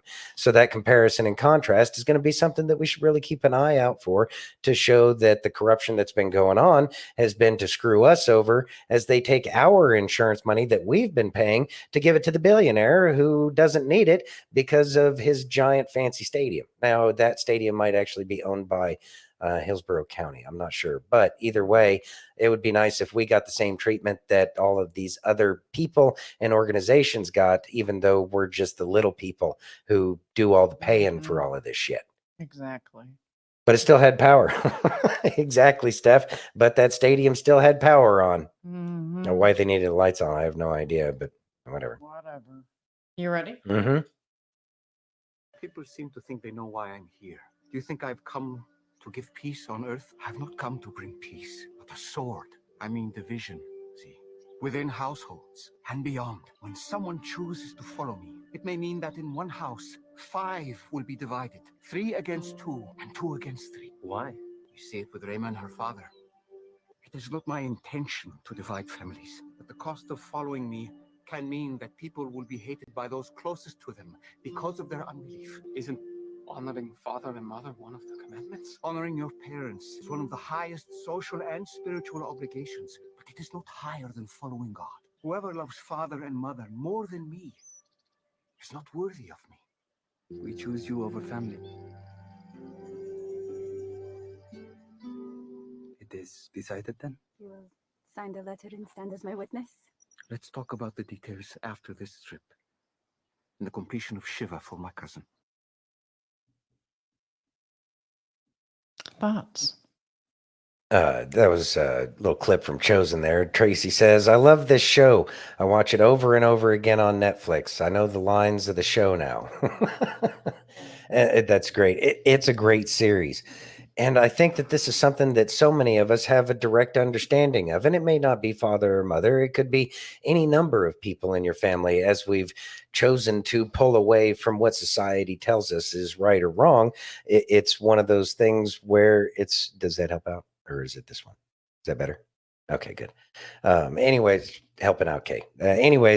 It's one of those things that we have all learned the hard way, and that is that we end up getting ostracized from society because we've chosen to listen to our eyes and our ears in terms of what we're seeing in the world going on in the world around us, and so yeah, we did get ostracized. But I believe that ostracism will go away as more and more people wake up, more and more people start to ask. They're looking for the people that, do have that information. And it may take some time to come around, but that's not why we're doing it. What we're doing is we're following what we see and what we are being led to discuss with people, because it is very important that people are able to see what is being done to all of us.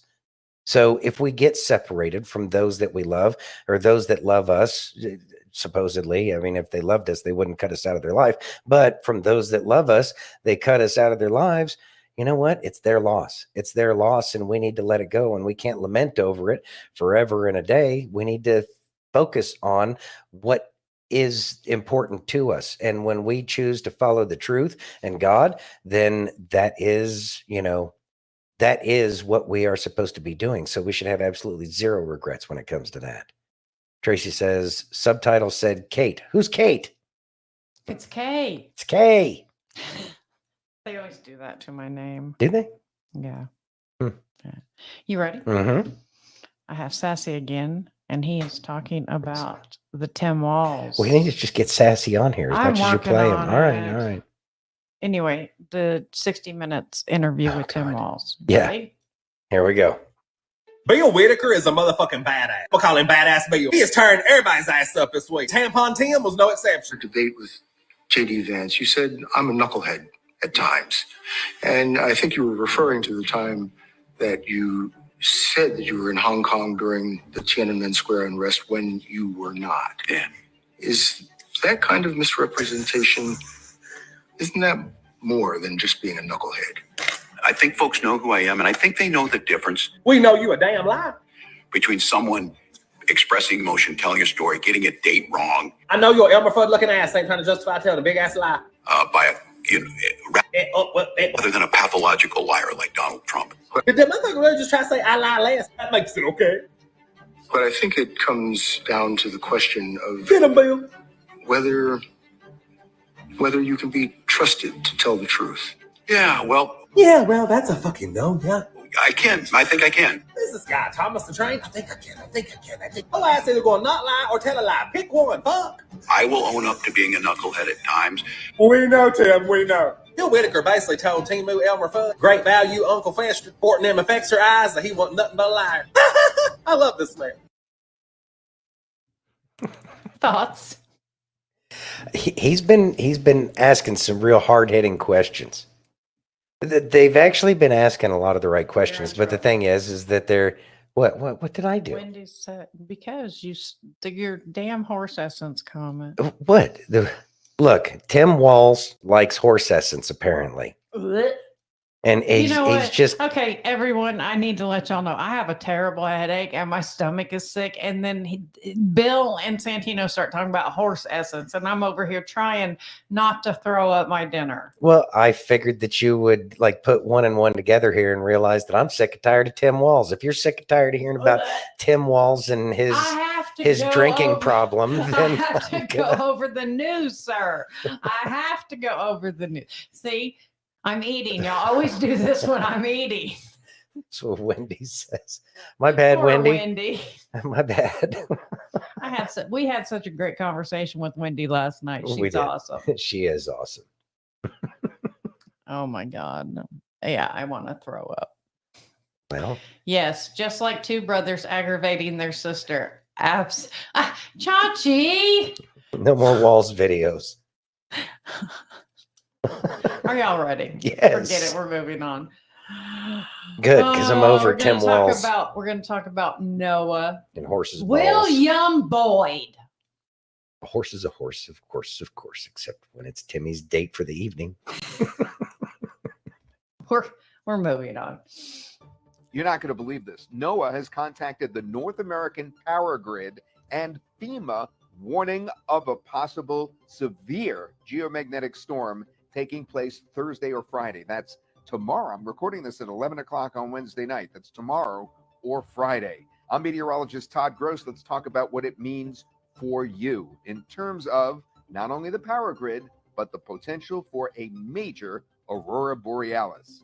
Now, just looking at that coronagraph, it looked like it was moving fast, but this fast, they're expecting it to move in at 11 a.m. Eastern time, 11 a.m. And that would be Thursday, okay? Right here as a G3 and then becoming a G4 geomagnetic storm by evening. But 8.33 K index, that infers that it's almost a G5 geomagnetic storm. No wonder they're contacting the media, and that lasts through the night and then peters down slowly on Friday. Now, I'm not sure it's really going to be here that quick, but one way or another, for aurora hunters, that is fantastic news for Thursday night and possibly Friday night it will last into, but especially Thursday night if that really holds true. That means that you could potentially see the aurora borealis like I took this picture 2 nights ago, but instead of being in Vermont, you could be maybe as far south as Arizona, Texas, or even northern Florida, where you'll be able to finally get a break from some of this crazy weather you've had and watch something incredible. I did just say that. It left my mouth. I said northern Florida. It may be that far south. So what would it look like if we had a G5 geomagnetic storm? First of all, they said they're not going to be able to give us the full warning until this time a half hour ahead of time. Now, I always talk about the auroral oval. Now, that can be found on the left-hand side of spaceweather.com, or if you go to the NOAA website directly, SWPC. Here, let's look for it. All right, here it is, swpc.noaa.gov. If you scroll down just a little bit, you get several things. You could watch the coronal mass ejections. You could watch these things pop off over here. But this, for aurora hunters, is fantastic. It's the auroral oval. Right now, I'm recording this Wednesday night, and the oval is not quite touching the United States. Once it does touch the United States, then even a couple of hundred miles farther south, you could look for the aurora by looking north. If this drops down into the United States, well, guess what? It means that the spacecraft 1 million miles from Earth has detected that there should be an aurora. It's starting to detect the information. So it actually is predictive by usually an hour, but because this is moving so fast, they're saying we're only going to get a half hour's notice. So we'll see the auroral oval grow all of a sudden during the day Thursday. And when you see this grow, then you know something is up. And it also will give you an idea of whether or not you'll be able to see the aurora. So back to the whole power grid situation. So if there's going to be trouble with power grids, like there have been in years past, where it affects isolated power, like once most of Eastern Canada went down because of one of these geomagnetic storms. But usually it's isolated power problems. But if it's going to happen, we'll have a half-hour notice. That's when they're going to issue the warning during the day Thursday, and they're preparing us to look for that warning. So New York City, as an example, has put out an alert to residents of New York to get ready for the possibility of power grid problems. Other problems that happen when you have a geomagnetic storm include the possibility of the satellites losing communication with each other, with us. Sometimes the satellites have to reposition themselves because they get kind of pushed down towards Earth. All these things are possible, but not a certainty, because it depends on how the geomagnetic storm actually takes place. When the coronal mass ejection hits Earth and the geomagnetic storm commences, if the polarity doesn't link up properly, if it doesn't hook in correctly with a negative and a positive sort of thing going on, then it's usually not that strong. Other problems that can happen. Some folks say that they can feel when this happens. And I've read the studies, I've read some of the studies that say there can be heart problems when there's a geomagnetic storm. I haven't seen anything convincing or heard anything convincing that it affects people's moods, that it affects their physiology, but I remain open-minded on that. If we get a big geomagnetic storm, leave comments and let us know how you are feeling. I'm curious. It's not scientific, obviously, but I'm just curious how you are feeling. All right, I'll try to keep you posted as this unfolds on Thursday. Hopefully, we won't have to wait several days again. This looks like it's a quick one coming in. Unfortunately, it's not on the weekend, but Thursday night, at least the weather should be decent in many places. I'm meteorologist Todd Gross. I'll keep you posted on the coming auroras and geomagnetic storm. Thoughts? So it's yet another, I guess, sky event. And I did look up that 1182. It's in April. So if we're looking for a delta or anything like that, it's nowhere close to a delta for that. But we've been expecting some kind of event to happen in the sky for quite some time now. You know, they told us that we were going to see the aurora down here in Vegas a while ago. We didn't see it. You know, down in Florida, I highly doubt that. Is it even real? Because what we were finding out the last time, they were saying that the magnetic storm was supposed to make it so that way we could see the aurora down here in Vegas. Turns out that it was kind of a HARP thing going on at that point in time. So is it a real one, or is this just some BS that they're giving us? Because the videos that they give of the sun, you know, with the coronal mass ejections, that's something that could easily be fabricated on their website. It's so, will we see something? I don't know. I mean, I'll give it a chance. I'll look up in the sky, and if I see it, you know, it's like, wow, that's really neat. And I'm sure that it would be something to behold with my eyes. But At the same time, I know that if I really want to see the aurora, I'm probably going to have to go further north so I can actually catch eyes on it. But if it's an opportunity to see something now, that would be nice. But they're always telling us how some disaster's coming, that Lord knows they need another disaster so that way they can keep people from focusing on the Diddy stuff right now, because I know that they're busier than a one-legged man in an ass-kicking contest trying to keep people's minds off of the truth that's being brought out every single day. Bill says, but there were 2 suns in the sky here today, and the biggest one had light bulbs in it. So what? I haven't even heard about that one, Bill. Anyways, yeah, still waiting for the 2 moons. I hear you, Chachi. Get some moons over Miami. Anyway. Wendy says, I live in the sunshine state and didn't even have one sun. The one sun today. You ready? Right. Yes, I am. Yeah, they cannot distract anyone from anything anymore. That's because enough people have woken up that nobody's allowing the real news to just get brushed under the rug anymore. That's our job. That's our responsibility. And that's why they have to keep talking about the things that they don't want to talk about. Exactly. It's all of y'all. Mm-hmm. Okay, how about this? How many dirty, dark little secrets do you have? Huh? Kept hidden away, locked away. We all have them. We all got them. Things that we're ashamed of, things that we're not proud of, stuff that we've done, stuff that we're doing, maybe. How many do you have? How grateful are you that nobody else knows about them? That it's not out in the open for everybody else to see, but it's just locked away inside? God knows. But God knows, right? And yet he still loves you. He still wants you. He still chases after you. God knows. Faithful is a saying, and of all acceptance, that Christ Jesus came into the world to save sinners, of whom I am chief. We are all wretched and disgusting sinners, and yet God, he sees all of it. Jesus sees all of it, and he died for all of it. Every last little disgusting thing that you have done in your life, the things that you're ashamed of, the things that you're not proud of, he died for them all. Anybody out there feel like a hypocrite? I do. All the time I come out here and I share the word of God. And most of the things that I talk about with y'all is things that I'm working on myself, things that I struggle with myself. We are all sinners. We are all wretched. We are all in need of a savior because we cannot save ourselves. And it is a precious gift, one full of sacrifice and pain and love. Love for you.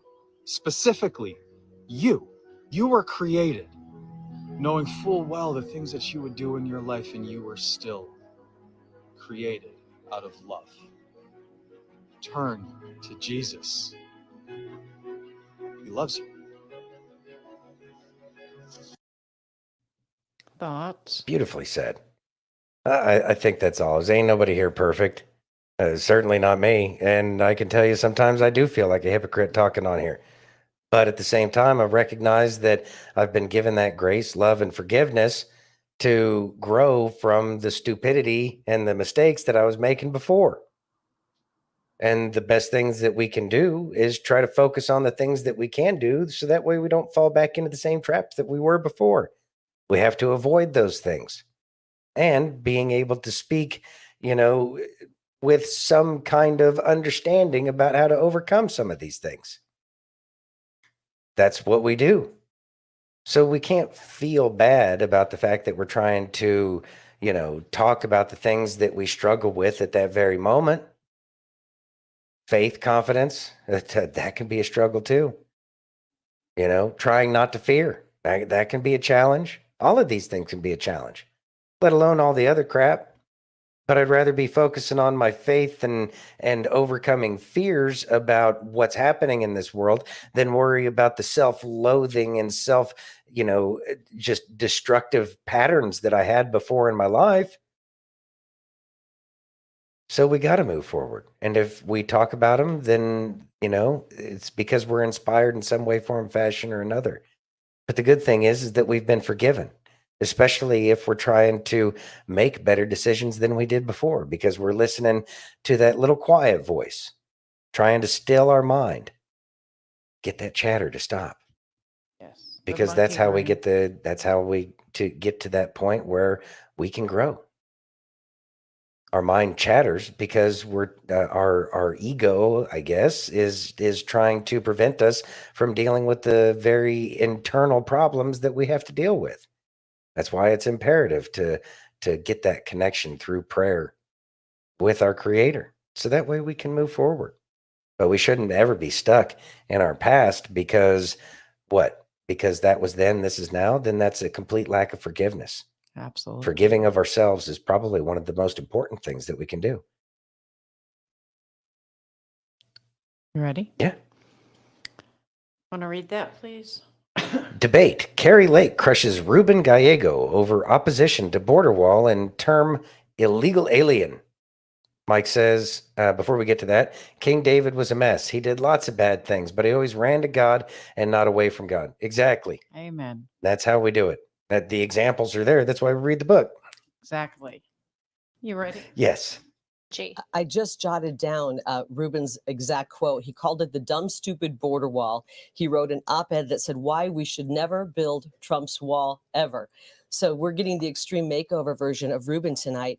Ruben has voted against border security every step of the way. Remember, I covered the state for 27 years. I was in your home. And all that time we watched as career politicians said they were going to secure the border and give us border security. And they never did until President Trump came along and actually secured the border. But he had to do it with one hand tied behind his back because people like my opponent were fighting him every step of the way, would not give a penny for that border wall. That border wall keeps us safe. We've seen it here in Arizona because we've seen those areas where the border wall is there and people aren't coming through. Where there are gaps in it, people are pouring through.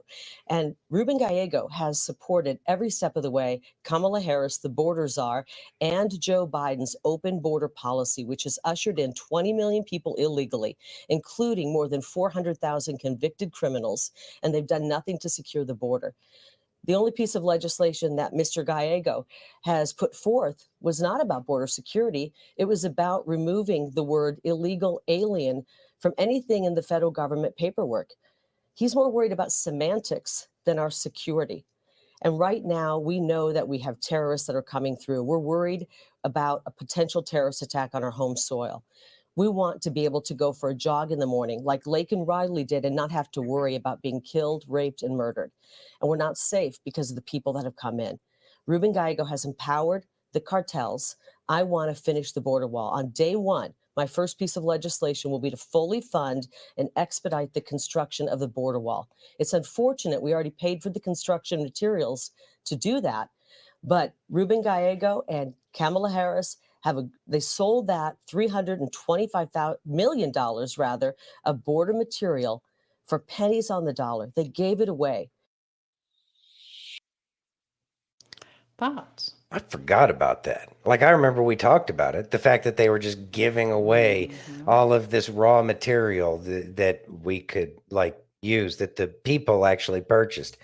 This guy's a clown. Do we have another video on him about his dad? We have a lot. We have 3 videos, more videos on him. Okay. Hold on a second. Lightspear says, I peeked at the end of the Bible. God wins. Sorry to spoil the ending. I know I spoiled it for you. That's okay. It's okay. It's okay. Yeah, I mean, We're there's happy. always that person that wants to spoil the end of the show. Spoiler alert. Spoiler alert. Okay. How about this one? You want to read this one? Yeah, because all of these are going to tie together. Yeah. Going to read it? Oh, sure. Why don't you sometimes? Anyways, debate. Carrie Lake calls Ruben Gallego's usage of DACA recipients as political pawns disgusting. Ready? Mm-hmm. Gave it away. We could have had So, that Ms. Lake, wall Mrs. Lake, finished. in addition to finishing the wall, do you add security and technology? Do you spend on that as well? Absolutely. I don't think we can do enough to secure our border. It is the most important issue facing Arizonans and facing our whole country. Every state is a border state right now because of this man's policies, this man's votes, which have been 100% open border. He sided with the cartels every step of the way and against the American people. And you and I are suffering because of it. Thank you, Mrs. Lake. Mr. Gallego, yeah, I'd a like to minute to respond to that. respond. Yes. And do you support open borders? Absolutely not. I do not support open borders. A country that doesn't have a border they control is not a country. I absolutely agree with that. And to say that, I've been very proud of making sure that in my time in Congress, I have voted and brought thousands of Border Patrol agents to Arizona, have voted and funded hundreds of miles of border walls where needed, where our experts wanted it. This is why I'm supportive of the border enforcement bill, the compromise bill that was supported by Border Patrol. And Carrie Lake, for still no reason why she can explain it, she can't explain it why she was against that bill. Now, this is why we have more support from border mayors than she does. As a matter of fact, there's one border mayor that started with her on the campaign, met with her in front of the border wall with her campaign sign, and now is supporting us because he knows that we're not just talk, we're not just rhetoric. We're here to bring the resources to actually control the border and not just use it as a talking point, which is what Carrie Lake does. Mrs. Lake, a minute to respond. He voted against President Trump's national emergency on the border. He said the border's not that big of a deal in Arizona when he was talking to people who were donating money to his campaign, and said he's not an expert on the border. We need somebody who understands the threat on the border. And I do. And President Trump does. And on day one, we're going to get busy undoing the damage caused by Kamala Harris, Joe Biden, and Ruben Gallego, who's voted with him 100% of the time. Can you imagine voting with the Kamala Harris and Joe Biden 100% of the time, especially when it comes to the border? You know, this isn't just about an open border. We've got 20 million people pouring in. They're taking jobs, they're taking housing. This is why nobody can afford housing anymore, because we're having to compete with people who've come in illegally. I am completely opposed to an open border. I am 100% for legal immigration. My mother-in-law came here legally, and all of the incredible immigrants of this country who came here legally are horrified by the votes that my opponent has taken. They're horrified by what Kamala Harris has done. And by the way, that piece of legislation, thank you for reminding me, I am not for it. And it's because it would codify into law 5,000 people every day coming in illegally. That means 5,000 people every day would be pouring across our border illegally. That law did nothing to stop child sex trafficking. 350,000 children have been trafficked across our border since Ruben Gallego and Kamala Harris opened up that border. 350,000, and they've lost track of them. Mrs. They've Fleck, lost let's track move to of a them. specific question, please, on that topic. Are there any elements of that bipartisan border bill you would have supported? Actually not, because it was not done properly. Listen, here's what happens in Washington, D.C. These guys meet in back rooms. They have an idea. They say, let's put a border deal together. Let's call it the Safe Border Act, whatever they call it, because they always call it something, and it's really usually the opposite. Then they throw a bunch of other stuff in there, and they never get to it. And the problem with this piece of legislation that I had a real problem with, Steve, was that they attached it to $115 billion in foreign money and more money, our money, Arizona's money, going overseas to kill people. And when they couldn't get this passed because there was no bipartisan support, they may have had 3 different people writing it and pushing this, but there was no bipartisan support. 3 people supporting it. The senators were not bipartisan behind it. And in the House, they weren't supporting it either. And the people weren't supporting it. So what they did is they separated it out, and Ruben Gallego voted to send another $60 billion to Ukraine. And after he made that vote, he sashayed around the floor of Congress, waving a Ukrainian flag. I want to ask the veterans out there, can you ever imagine standing on the floor of Congress, standing anywhere, and waving the flag of another country? That is what this gentleman did. He sold us out. He sold us out to Ukraine. He spent $260 billion. He's voted for every penny of that, but he would not help President Trump build the border wall. Even when President Trump said to the Democrats, I want to make a deal when it comes to DACA. I want to make a deal when it comes to DACA. Let's make them citizens in exchange for helping me come up with money to build the border wall.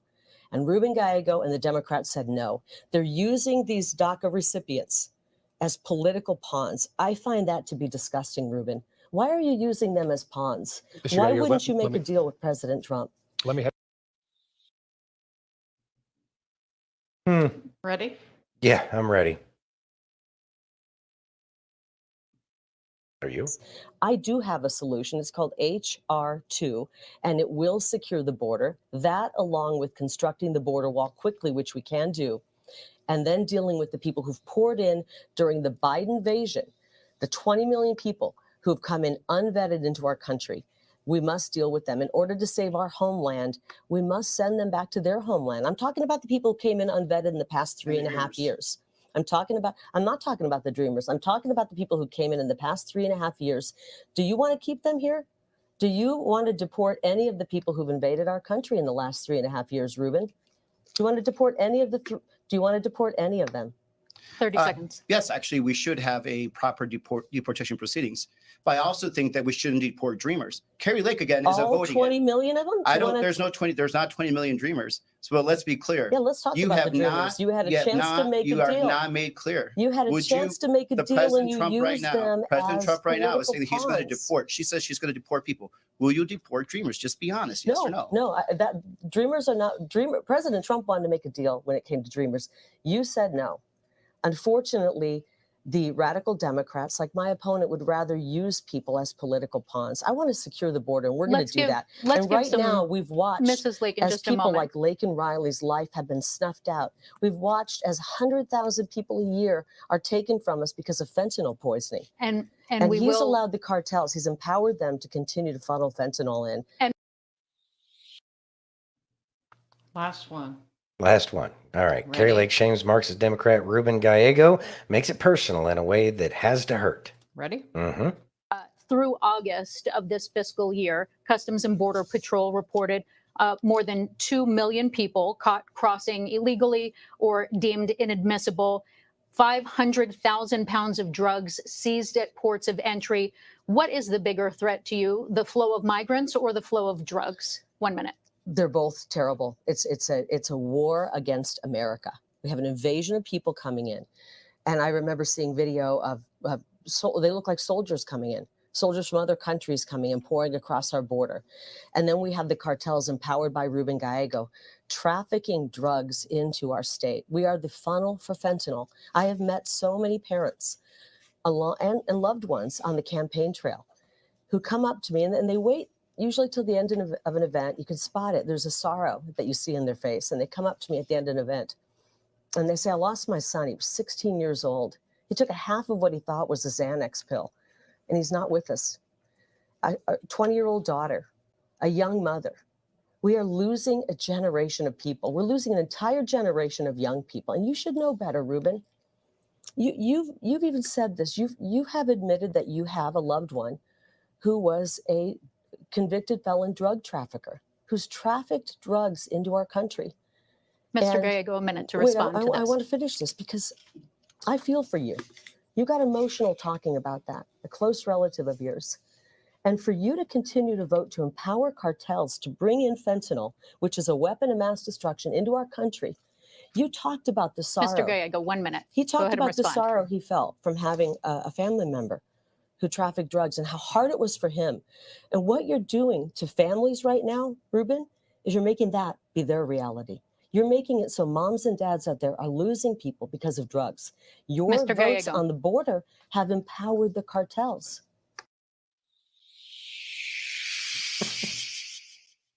Well, she ran roughshod over the press there. It is almost the exact opposite of what the press was doing for Kamala with Trump. Yeah. Of course, they weren't actually helping Carrie Lake out, even though they probably should have been. Anyway, so she definitely laid a lot out there. And the close family member, just in case y'all didn't know, is his pops. Yep. Yep. His dad. His dad is the one who has been helping the cartels. So is it any surprise that he's tried to prevent the wall from going up? Is it any surprise that he wants to help all of these illegals? Why he doesn't even want them to be called illegals anymore? Because those are his peeps. Those are his peeps putting them in office. That also means that he has a loyalty, not necessarily to this nation, if that's the case. Well, we know for a fact that his dad's mugshot just got released. In connection to it, his pops punched his landlady in the face. That's what this one's for.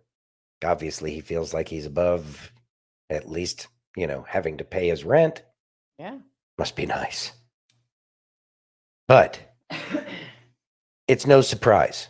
And this is the exposure. This is the exposure that they have to go through. And you can tell that this man was fidgety, nervous, didn't like having this conversation, very uncomfortable, trying to figure out what he's going to say in response to his treason being laid out clear as day, right there on TV at a debate. Oh. Now, the question is how many people are going to see that and actually say, oh my God. Well, no wonder he hasn't been so supportive of the wall. No wonder he's been trying to support these illegals. He's using them to buy votes. And he's using them as a pawn, because when he had the opportunity in which to help these dreamers, he chose not to do it because he chose partisan politics. But that's because he had no choice. Because he knows that President Trump and people like Carrie Lake are going to go out of their way to find out who the criminals are that have, I don't know, been abusing their power for their own benefit to destroy the good faith and confidence that the people have in the government. That's why. Your days are numbered, sir. Yep. Good luck. Steph says, well, then that's obvious. They're helping him in his campaign. How could it be any more obvious when he does things that are counter to what the people of Arizona need and want, to take something that maybe the cartels would want him to say? And there's a direct connection between the cartels and him. I mean, that's pretty clear to me. Yeah, exactly. I mean, I'm just a crayon eating Marine. What do I actually know? A lot. Enough to see that that's some bullshit that needs to be dealt with. Yeah. Are you ready? Yeah. How you date should bring glory to God. Let me help you ask some questions to yourself. These are some good questions. Is who I'm dating bringing glory to God? How they live, how they talk, what they listen to, is it bringing glory to God?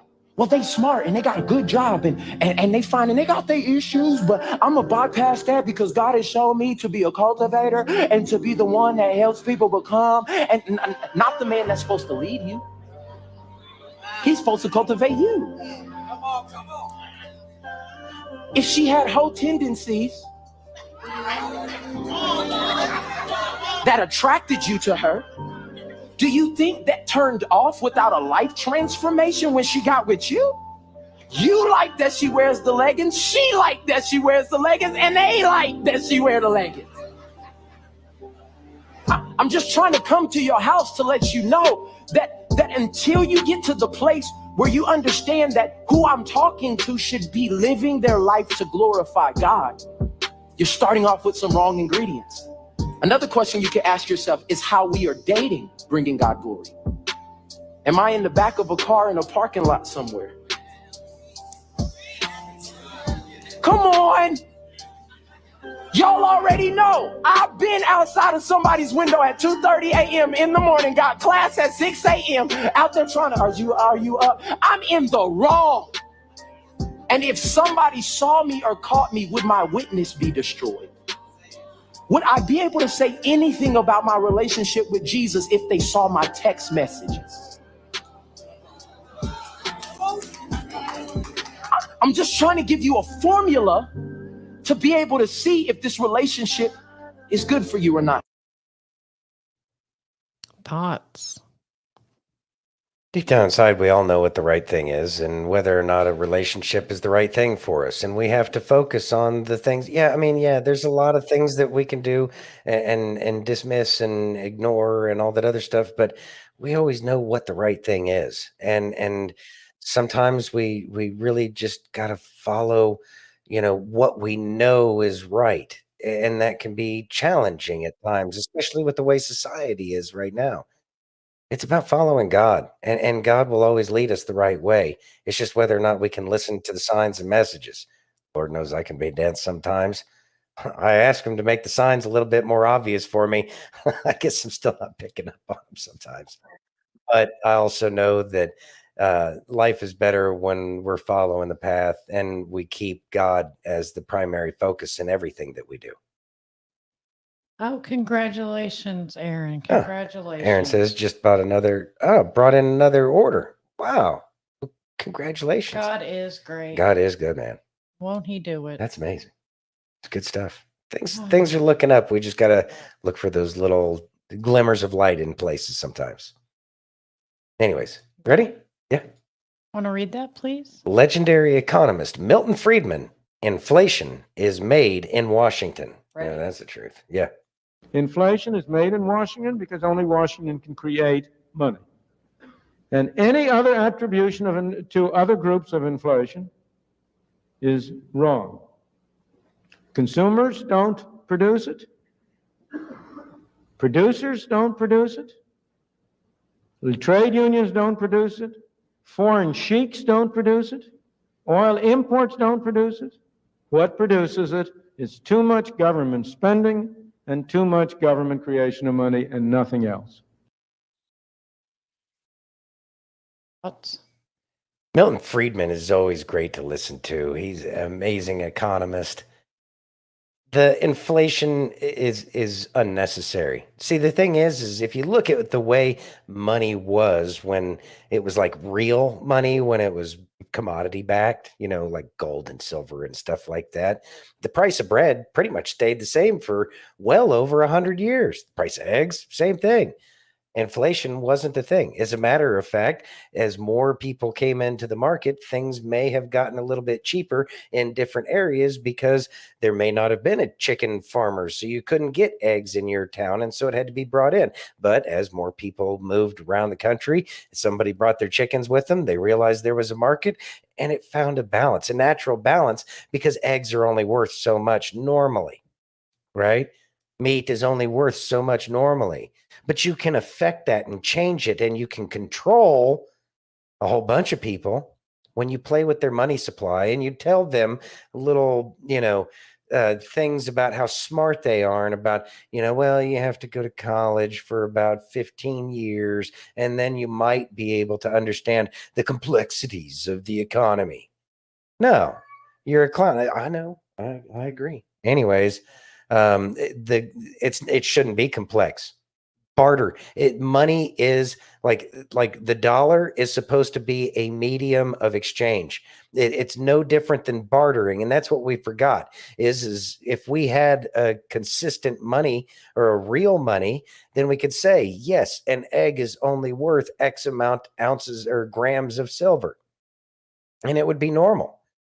But since they changed the value of the bartering medium, they're able to ensure that they're putting all of that money back to themselves and screwing everybody else over. Their games are old and tired, and we're tired of their old games. Let's get a real money again. Exactly. Only way we can do that is to get Trump back. Yeah. At least right now, that's the best way I can see forward. I don't hear Kamala talking about bringing us to a gold-backed currency. Was that Tuxie? Yeah, that was Tuxie. That was Tuxie. Yeah, that Tracy. was a walk by. Yeah, that was a walk by. Hello. You ready? Yeah. You want to read that, please? Canadian Pierre, I'm going to butcher this name. My apologies. Pierre Poilievre, I don't know, was asked if he supports Trader Joe's stance on Israel and Iran. You ready? Mm-hmm. Yesterday, you said that you endorse Israel proactively defending itself by hitting Iran's nuclear sites, which is something that President Joe Biden does not endorse. Do you not feel like this could lead to a likelihood of an all-out conventional war between Iran and Israel? And do you not agree with Joe Biden and his assessment? I think the idea of allowing a genocidal, theocratic, unstable dictatorship that is desperate to avoid being overthrown by its own people to develop nuclear weapons is about the most dangerous and irresponsible thing that the world could ever allow. And if Israel were to stop that genocidal, theocratic, unstable government from acquiring nuclear weapons, it would be a gift by the Jewish state to humanity. Thoughts? Well, Sounds like somebody who doesn't want to deal with the shenanigans over there in the Middle East. The fact that Biden said to Israel that before they bomb anything over there in Iran, especially going after their nuke, that they need to check with us. I don't think that's how that works, and I don't think Israel would really particularly care. The problem is that nation being a nuclear power has been a thorn in our side for a long time. The other problem is that country was overthrown a long time ago. Was the Shah perfect? No. But this theocracy that they have has not been good for the people of Iran. I can't tell you how many people, good people from Iran that I have met. And they don't like it. That's not how they are. They used to be one of the more westernized nations in the area. I understand that a relationship with God is extremely important, but I don't believe that forcing people to cover up and not have an idea as to what's going on in the world around them is exactly a great idea. And that's the problem is they want their people to be ignorant, just like our leaders do. Babe. Hmm? How many years older am I than you? 5. How old are you? What, 50? So how old am I? I don't know. What's 50 plus 5? I don't know.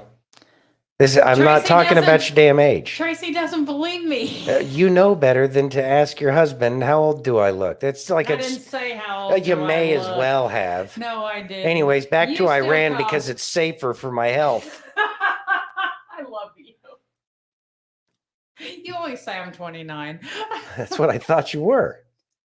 Anyway, I love you so much.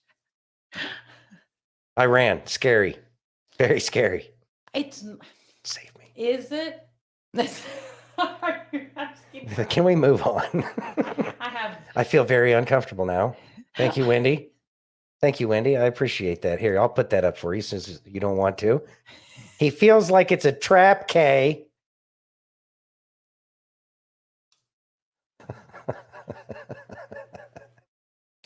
Oh, my head hurts.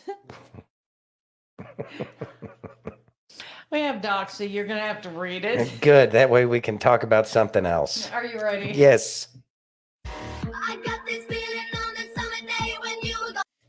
North Carolina helicopter incident under investigation.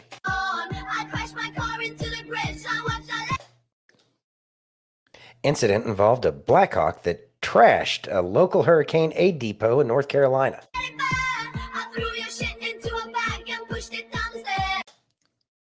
Initial investigation of video indicates helicopter belongs to the North Carolina National Guard.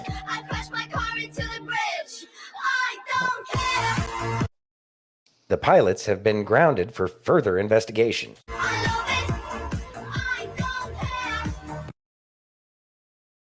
I love Doxy. I know. You know, she was out of power. Like she was like Well, out of everyone touch. was worried. Yeah, she was out of touch for days. Yeah, nobody heard nothing. Yeah. Yeah, she had no power, no I'm communication. glad they're and she investigating them. they need to be investigated. Even if they are National Guard, that's no excuse for not knowing how rotor wash works on a helicopter. Dumb. Mm-hmm. But the investigation is something that needs to happen. If it's the National Guard, that's truly sad. Who really knows what's going on? But then again, that's where like all of the like the Bushes went. They went to the National. He went to the Air National Guard, didn't he? Mm-hmm. Yeah, to get out of Vietnam. I mean, to service the nation. Yes, to Yeah. service the nation. And of course, the unit that he was in didn't really go anywhere. I don't know. I hope that we find more out because it surely would be a shame if there were individuals who are utilizing our military hardware against the people as part of some grand conspiracy. But then again, that's why our founding fathers had cannons and they had everything that the military would have had.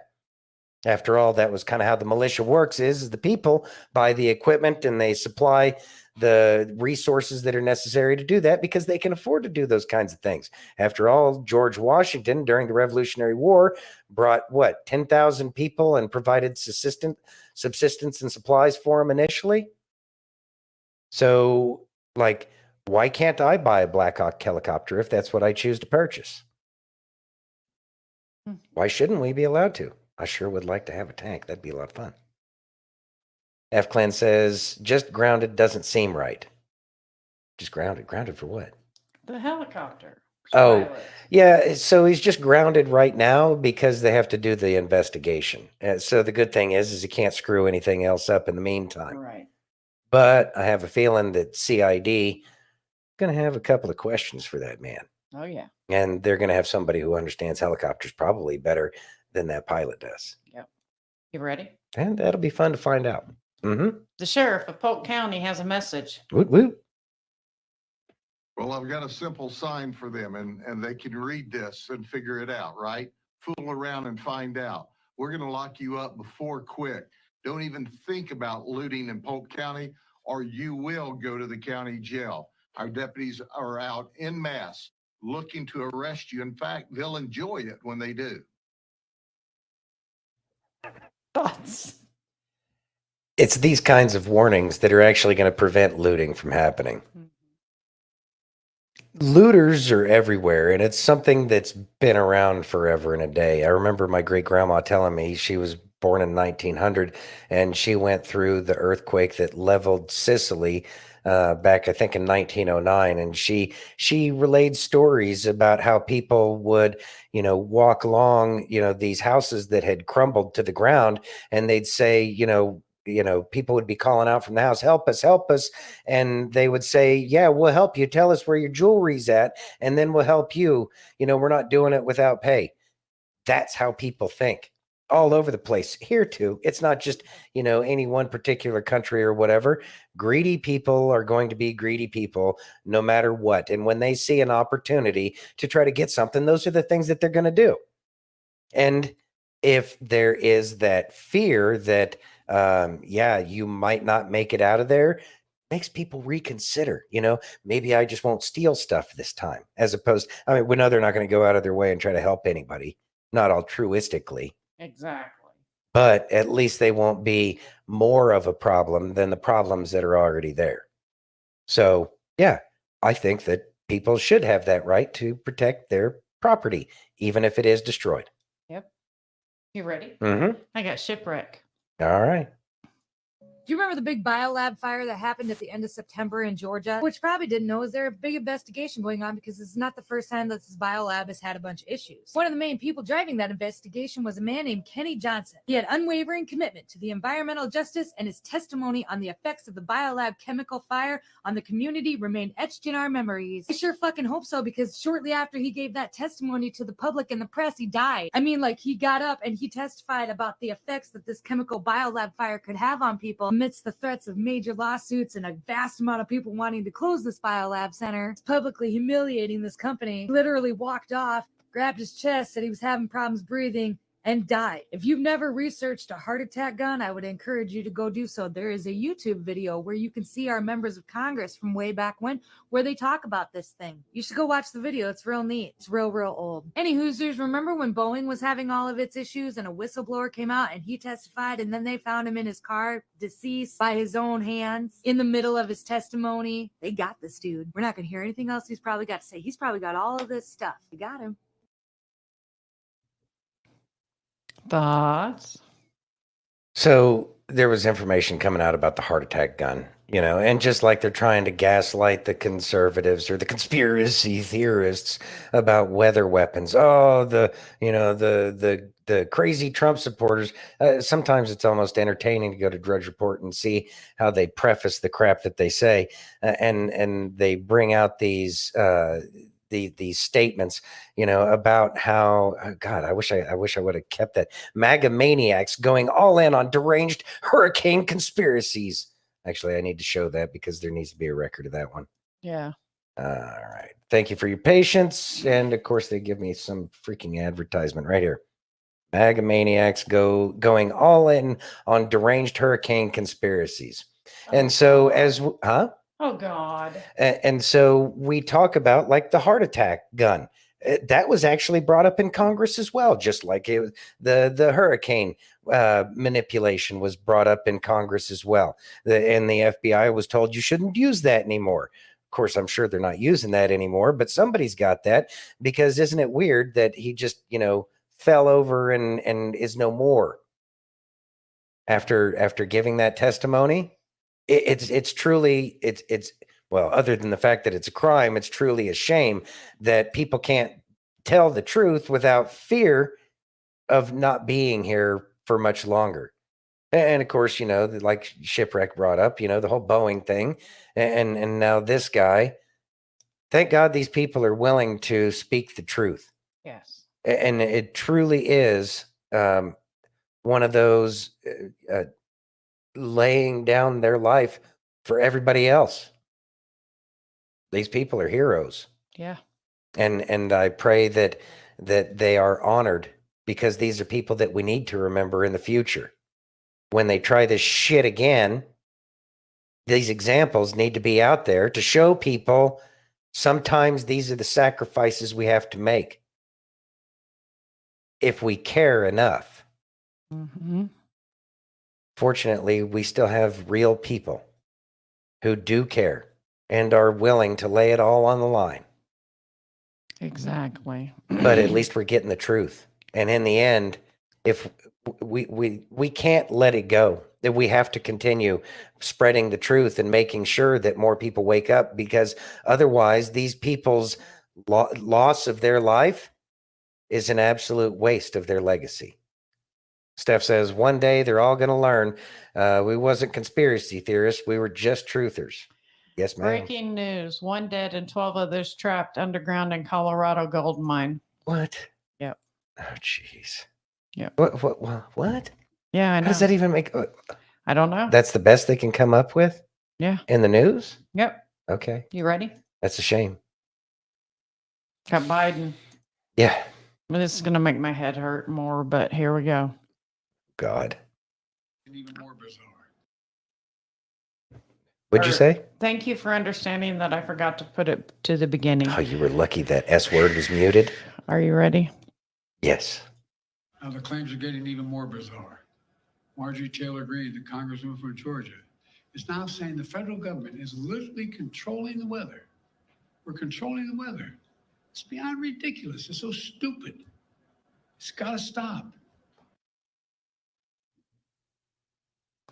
Thoughts? That's what they. Okay, I'm cleared. So the they bring it up, and we've been saying this for so long, especially Biden. Biden really seems to be one of those people pointing people in the direction that they should be looking at. If you just take what he says and do any kind of surface research, like you can go to Google and get answers and read an article or two and come to the conclusion that, hey, maybe our government admitting that they do weather manipulation might actually mean that they can manipulate the weather. I don't understand, but they're pointing it out, and it's all we can do is hope and pray that these people actually look it up. Bill says, Senator John Kennedy out of Louisiana said today that conspiracy theorists were 37-0 with all being proved true. Yeah, Senator Kennedy is awesome. Yeah. And you know what? He's one more of those people that, you know what? It's kind of funny. They always go after Marjorie Taylor Greene, but they don't ever point out Senator Kennedy. I guess you got to appreciate you got to go through Marjorie Taylor Greene before you can appreciate Senator Kennedy when you're coming from the swamp side to the truth. In trouble anyway. Oh God. That's all right. You tried to get me to guess your age on the camera. Are you ready? I might eat crayons, but they're not that like they don't have like lead in them or anything. Are you ready? Yes. Can you read that? New Kamala parody ad drops featuring Diddy. Ready? Oh, geez. Is anybody? I don't know. Okay. You may have noticed recently a number of high-profile Hollywood celebrities endorsing me. I'm white, I'm a dude, and I'm for Harris. I'm supporting Kamala Harris for president and Tim Walz for vice president. vote for Kamala. I need to get out and start campaigning for Kamala Harris for president. And you may have also noticed that these endorsements have all come around the same time as P. Diddy's indictment for some pretty heinous crimes. In fact, in the office, we like to call these supporters friends of Diddy. It's just been unsealed. Combs is being charged with racketeering conspiracy, alleging he ran an enterprise that he engaged in sex trafficking, forced labor, or kidnapping, arson, and other crimes. He's also charged with sex trafficking by force. Well, let me put the rumors to rest. These celebrity endorsements have been in no way coerced whatsoever. The deep state is not blackmailing Hollywood celebrities into enthusiastically endorsing me for president. That would be ridiculous. I'm just so appreciative of Kamala. I've always been a fan of Kamala. Kind of going from a stop Trump mode into a go Kamala mode. Beautiful, wonderful Kamala Harris. Kamala Harris! These celebrities simply recognize the amazing job the Biden-Harris administration has done over the past 4 years, and they want 4 more years of the same. Would you have done something differently than President Biden during the past 4 years? There is not a thing that comes to mind in terms of, and I've been a part of most of the decisions that have had impact.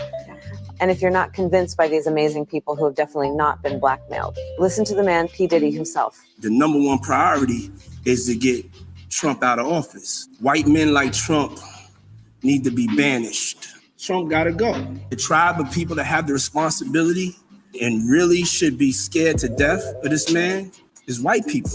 If this man is elected, we're not standing by no more getting killed. We're on the verge of a race war. The only thing that will prevent bloodshed is let's get Trump out of office. If Trump's in office, there's gonna be bloodshed. We're not gonna keep on playing with these people. This is a new Negro. And that new Negro, that new black person is not scared. It's not fearful. They're not afraid to die. They understand that this is life and that violence has to be an option. I started in 2004 with Vote or Die, and this is the evolution of that thought. Vote or die, motherfucker, vote or die. Get out there and vote or I will motherfucking kill you. That's definitely not a threat. Seriously, though, vote or die. You know, if Trump wins and the Epstein list comes out, that's going to be some crazy shit. Mr. Reagan. Thoughts? Well, I mean, if ads were honest. Yeah.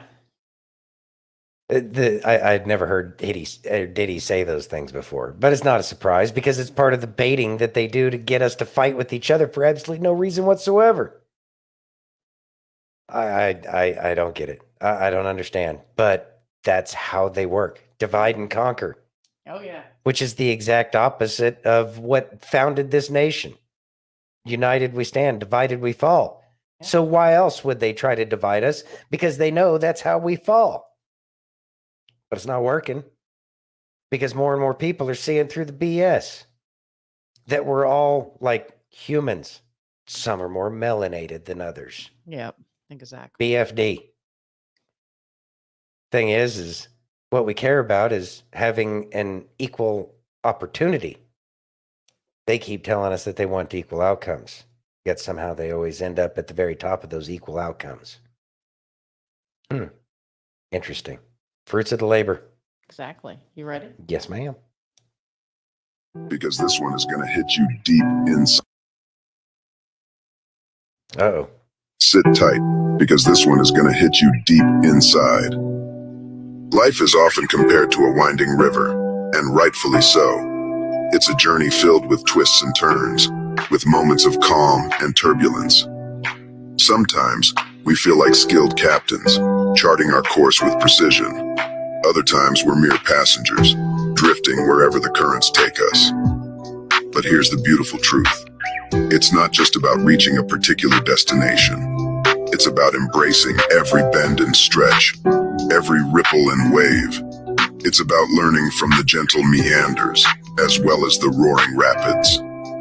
You see, the path we traverse shapes us, molds us, and reveals our true nature. It's in the journey that we discover our strengths, our resilience, and our capacity to adapt. It's during these moments of uncertainty that we uncover our passions, our purpose, and our connection to the world around us. So, when you find yourself at the crossroads of life, or when you're navigating through uncharted waters, remember that every twist in the river has a purpose.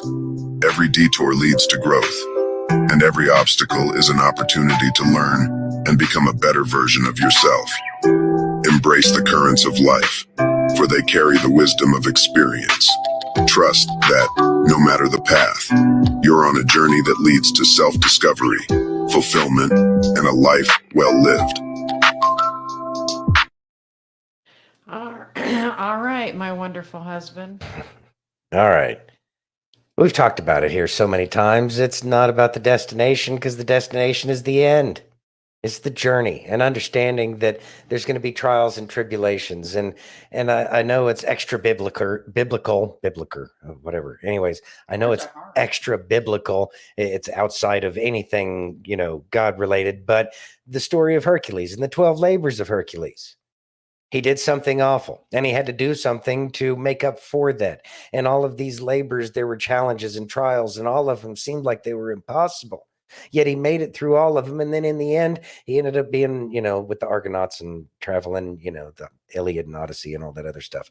But the point is it's not getting to an end of something. It's each and every challenge and what we get out of it.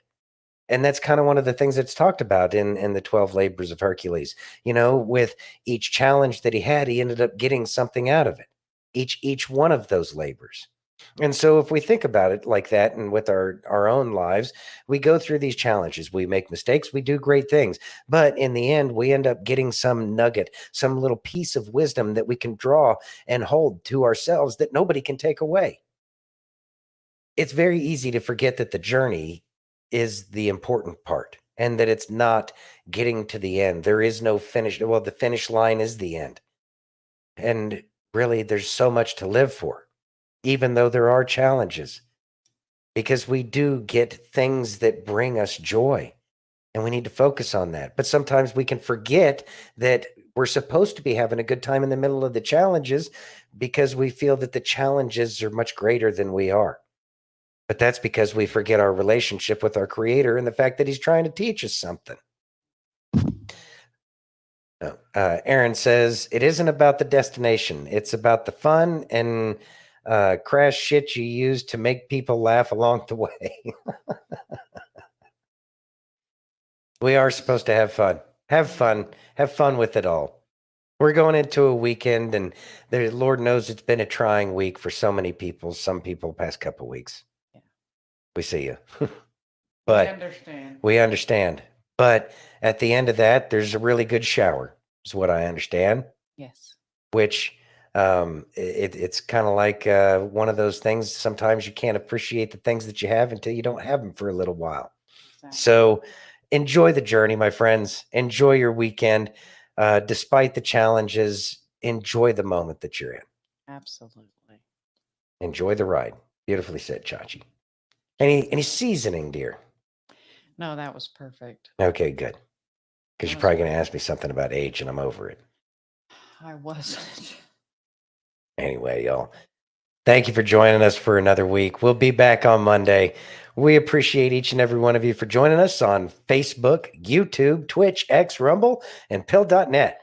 And if you haven't already, please take a minute and give us that virtual hug. If you're over on Rumble or YouTube, hit that thumbs up. If you're over on Pill.net, take that red pill. If you're over on X, smash that heart. And if you're on Facebook, there's like 5 different choices. And if you feel like it, go do it on every single one, because we would love it all. Yeah, there you go. All right, everybody. Thank you very much for joining us. We love you all. Have a great weekend. Be safe, and God bless each and every one.